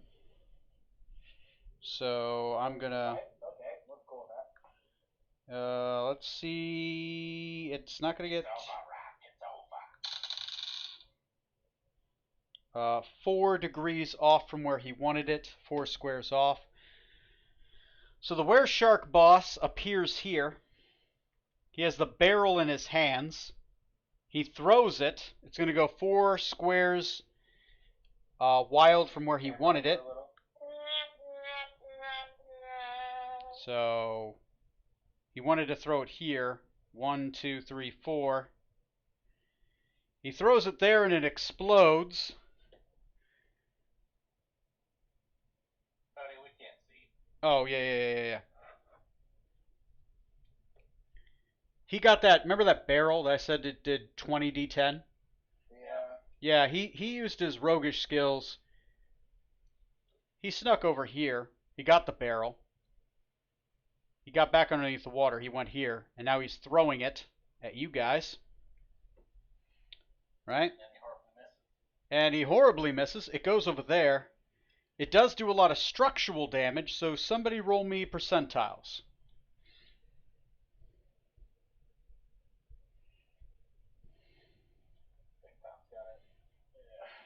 I'm going to say higher the better for you guys. 89. 89. Pretty high.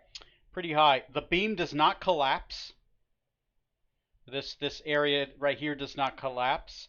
It does explode. And just roll me Constitution saving throws, Strom and Captain Zorksan against being stunned, because it's a sudden big explosion. 11. And a 17 for me. Okay, DC was 14. Captain Zork said you are stunned for 1 round. Just from the random explosion happening, right? It's deafening. There's definitely a ring in your ear, but it'll go away. And this guy's like, fuck! And he dives beneath the water. Alright. Next is Strom. I'm going to go around to the back of the white Okay. man, bear, pig, shark. Okay. Let me move this over. And I'm going to use Fighting Spirit to get advantage and 10 temporary hit points. Okay, 10 temporary hit points, advantage, and it took your bonus action. So that's a dirty 20 for the first one and a 21 for the second. okay. So that is That's 2 hits. They are both criticals because you guys rolled. He got a 2.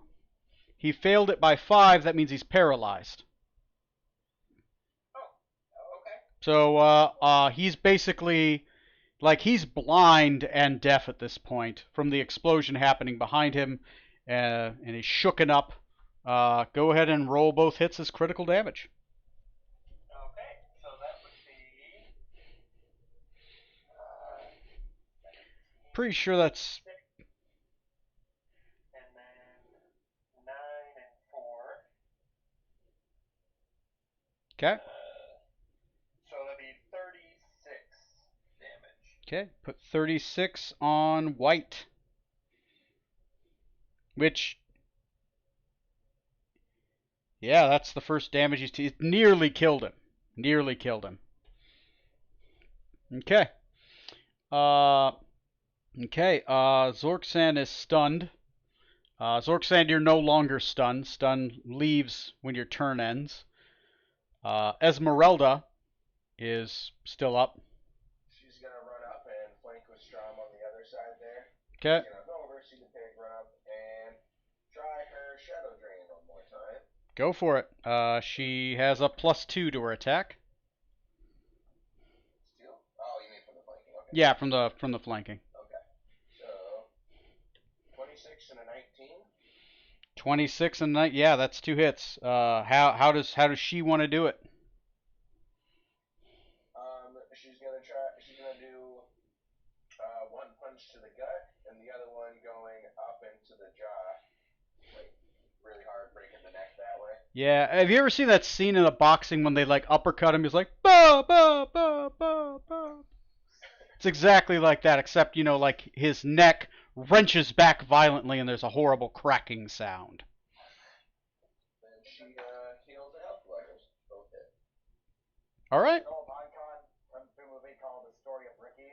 That's ridiculously gory. Once he meets a guy uppercutting the guy in the jaw, but like punching through his jaw, just ripping a hole through it. That sounds awesome. Alright, that's our turn. All the enemies except for the boss who Strom saw where he went appear to be gone. What do you guys do? Hello? Hello? We'll get you out, Smooth. God damn it! Wow.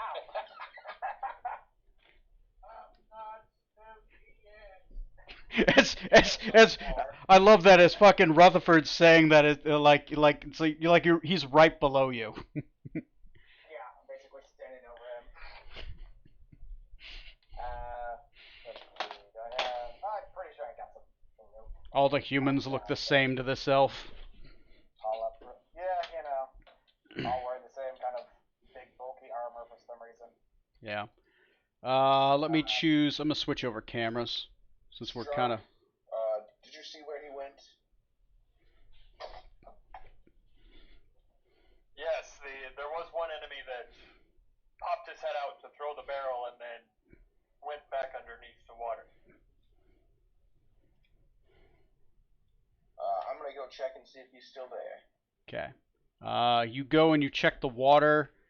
He appears like he got the hell out of Dodge.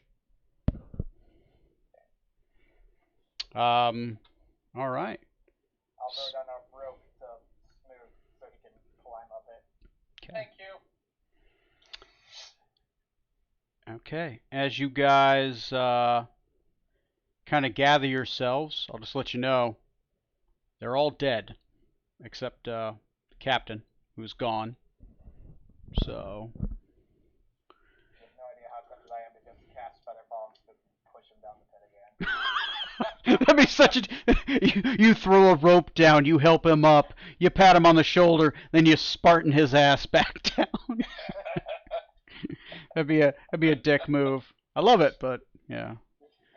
All right. All right. I'm not gonna waste your guys' time. You guys, I assume, search the place for loot. Yeah. The where. Harold's gone. We'll go pick up that loot too. Yeah, he's got like a 90-foot swim speed, and he can move as a bonus action. He's gone. He's a fucking. Okay. So where that barrel was, that actually is gold, right? You were right. It was a trap, right? They were both traps. Either they get you by a bunch of fireballs in a hidden room and flank you, or they blow you up. Either way, most people aren't going to survive that much damage. You guys are not most people. And Neil is really not that much people. or you know what I mean. Yeah. I took a shitload of damage, but I have a shitload of damage. Oh yeah, and you can Bottom heal, people, Smith. and you can heal, so you basically have almost 1.5 your normal health pool anyway. There is a rowboat, right? So you guys can salvage a rowboat. They had one, so you guys can have an extra boat for the ship. It's in perfect working order. It is Varisian in make. Off the side of it, it has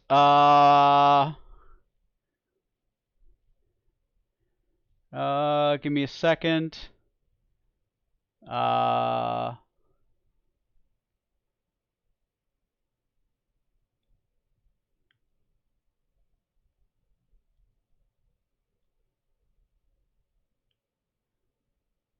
It's called the Corrupted Waters. The dinghy has the name of the ship it's from. That's called the Corrupted Waters. It's written in Varisian, so it's Elven. You guys, the beach has sign bar 1,000 copper pieces littered in the sand. You're able to sift out. But that's not all.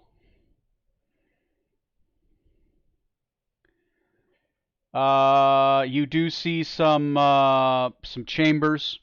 They're wizards' chambers.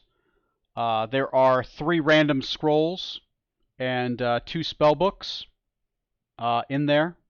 Johnny, remind me about the spell books later. I will generate them, so you know what spells you can possibly grab from them. They are written in Astarian. One of them's Fireball. Okay. Write this down. You find in one chest an assortment of copper. 1,750 copper pieces in that chest. You find 300 gold pieces worth of ivory. Yeah, sorry, copper pieces worth of ivory. So big hunks of whale ivory. They're just in here. Those are obviously useful as either spell components, or they can be sold up to the right buyer, right? The raw, they're worth 300. You sell to anybody. You sell them to the right buyer, you might be able to double or triple the price. Let me see what else is in here.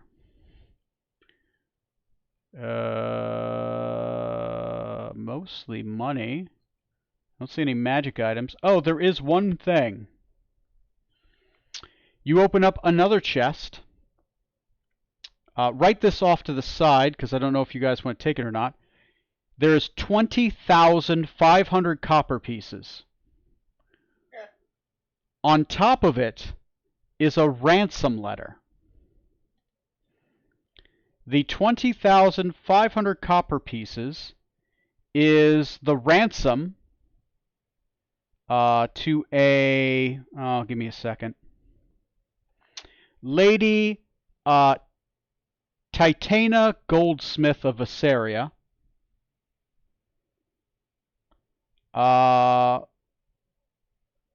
The ransom is to the Shimmer Scale family in Quixava.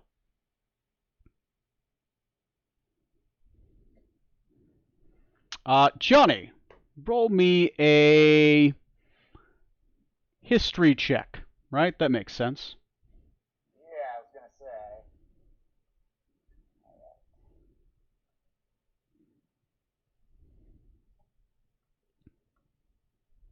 21. That's her sister.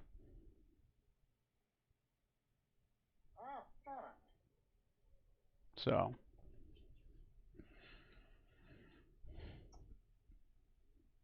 The chest does have the goldsmith insignia on it.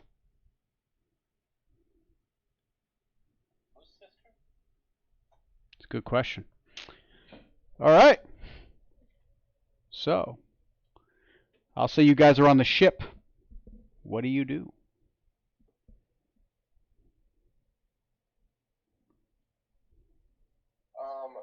Would that be loot that we've collected anywhere around the cove too, or would that be a whole, not like That's the whole base, all that kind of stuff? That's all the stuff that was inside. Everything that was in those ships has been stripped away.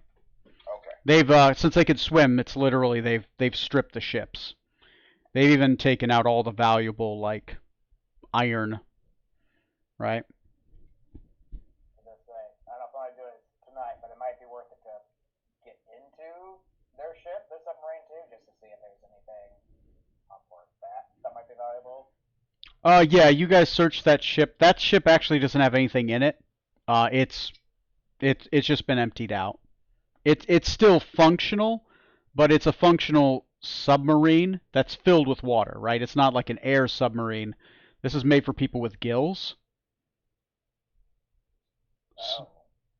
Right? We should sink it. It's already got a big hole and it's in the bottom of the lake. It's essentially a sunken ship that they've jerry-rigged to be able to use their ability to swim to push it along the water. It doesn't have sails. It doesn't have anything else. They literally just grab it. They hook some sharks to it, and it's like an underwater carriage. So we should set it on fire. Or we can let Pratis know about it, and maybe he can salvage something for his submersible in exchange for all the help he's given us. Okay. I'll do that. I'll send a message, cast a spell to send a message to Pratis. Okay. Tell him if you. Start up again. We have found a derelict underwater vessel in a cove off the southern tip of the island. Feel free to take from it whatever you want. That's one word over. The last word doesn't go there. Oh, okay. He'll send it back. Oh, well, that sounds fantastic. I would love to take it. I'm headed right there. Don't worry about me. I'll be fine. And it just stopped. You assume he kept talking, but Right, yeah. Very talkative fellow.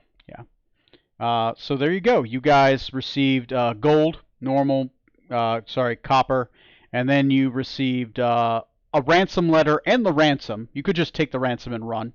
That's an option. I'll let you guys decide. Yeah, about that, I'll pull the captain and the first mate aside at least. Yes, this chest here, Captain. Wonderful find. Yes, very quite the bounty here. For the letter was meant to be for Quicksava. Was that what the letter said, Tony? Oh yeah, the Shimmerscale family in Quicksava is holding the ransom, and their home port is where it is to be delivered in exchange for the girl at an undetermined time. So you have no love for the Shimmerscales, correct, Captain? No, can't say that I do. I rather loathe the idea of giving them this money. Indeed. I'm not keen on giving away wealth like this. This person the ransom note is for, I don't know them personally, but I do know of them. I would very much think it's prudent to at least try to rescue them from captivity at some point. If not by paying this ransom, then perhaps through subterfuge.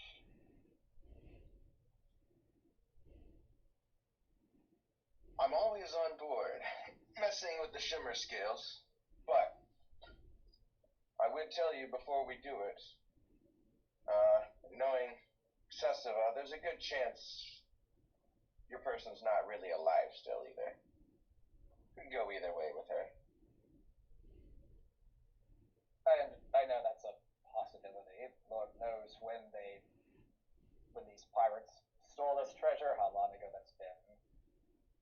nonetheless, it would be. I would like to know for sure. If that all possible, it would probably be. I would like to try to save them from captivity. What's so special about this person? The Goldsmiths are a fairly prominent family in Beryssia. Not one of the warring families who, necessarily fight on the front lines, but they handle many of the finances of our war efforts, and I'm sure that returning one of their relatives safely would earn us quite a bit of goodwill, which could be very, very handy for us to have. Tony, what country is my keep in? Your current keep is in Forellis. Okay. So to give you guys an example of where that is, I'll pull up the world map, right? I got it tabbed. I got it on the tab, right? I'm going to hit the button to present to share the screen. All right. So your keep, Neil, is here in the Exalted Empire of Forellis. For the people with the French accents, it's right here, right? Just right along this border in the lake area that leads out into the ocean, right? Viseria, you are currently right here, right? Technically, like right here. So the Enterprise, you guys are currently right here in that small little island area, in that hex. Varyssia is right here.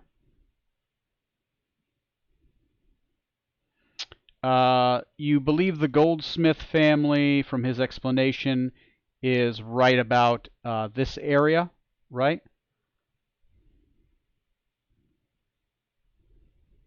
Okay. And where's the group that we're trying to avoid because we have a flying ship? Oh, that would be Majocracy or Cathal is on the other side of the world right here. Oh, okay. Yeah. Good. Which, technically, if we're going to the other side of the map, because it's a round world, right? Would be like over here. Yeah. So, but to get there, you'd have to get past Nidadron, the Majocracy of Thay, the western eastern front of the Majocracies, which is a war zone. So yeah. Okay, go ahead and go back to whatever. I just figured that would help. Quicksilver is south of us, right? South of the Isle of Dread? Yeah, it's directly. Landmass. It's actually really close. It's obscenely close to you guys. We're in my backyard. Yeah. You spit, you might hit one of his relatives. Go for it. They all suck. Hey, well, I've been meaning to get in contact with Sessiva anyway here. With who, Captain? Oh, the Shimmer Scale leader. Although, talking to me may not raise the odds for your Goldsmith friend. Sessiva doesn't like me very much, to say the least. Well, you do have the ability to disguise yourself. Or if you'd rather not risk being detected, Smoot could act as captain of our vessel to speak to them if you want. Maybe. Oh, when I speak to them again, they're gonna know who it is. And me no deceit on that front. Otherwise, well, I just need them to know the full extent of what happens to them.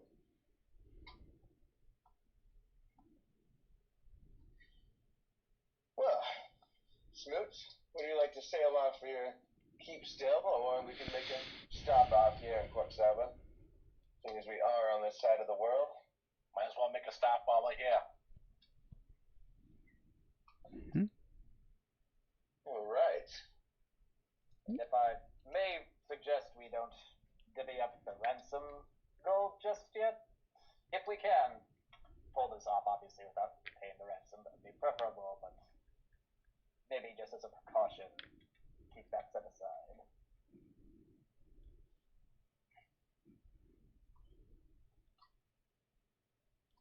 Seem to care surprisingly deeply for this goldsmith.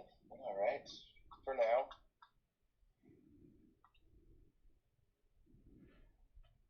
Okay. So you guys are going to go to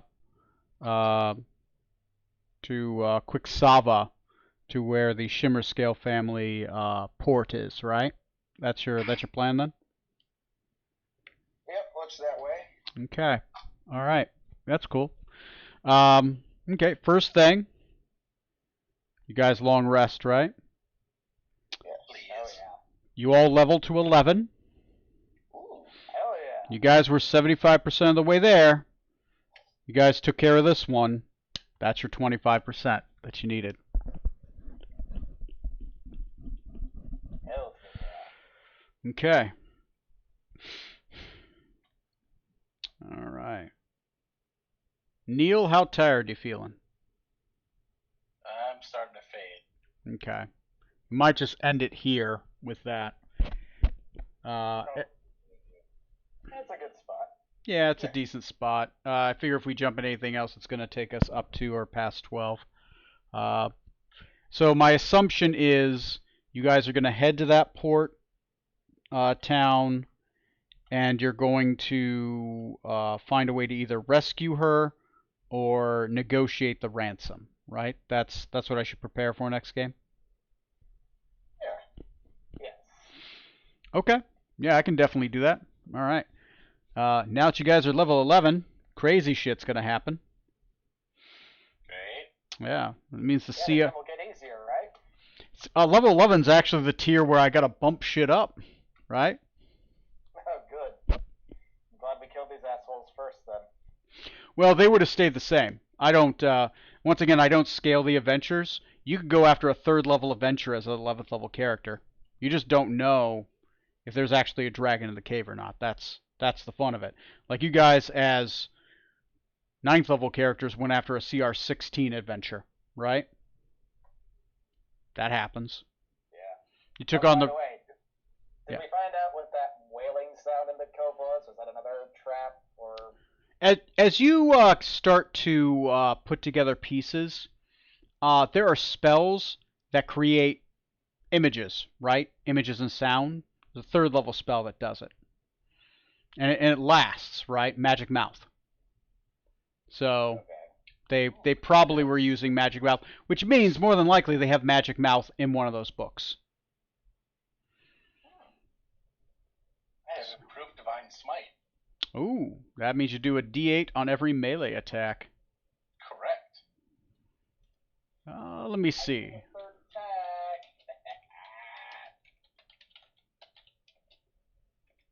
6th level spells, baby. All right. Spell book generator.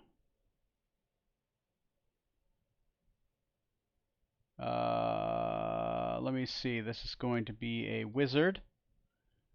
Okay.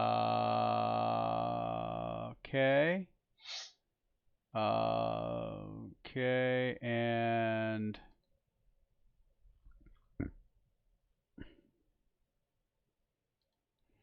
this is a spell finder. That's not a spellbook generator. God dang it. Anyway, you guys got any questions?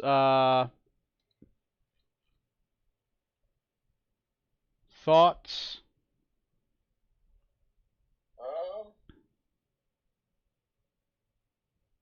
Not a ton right now. Okay. All right. Yeah, we pretty much did. I mean, we didn't sell the Snoop's Keep yet, but everything we wanted to do in the Isle of Dread, we pretty much did. Well, That's fine. anyway. Yeah, I prepared all that stuff. So Smoot, whenever you get to your keep area, I've got that all written up. I've got that's in the mix. Here we go. All right, I will see you guys on episode 55. I'm gonna stop streaming and stop recording for now.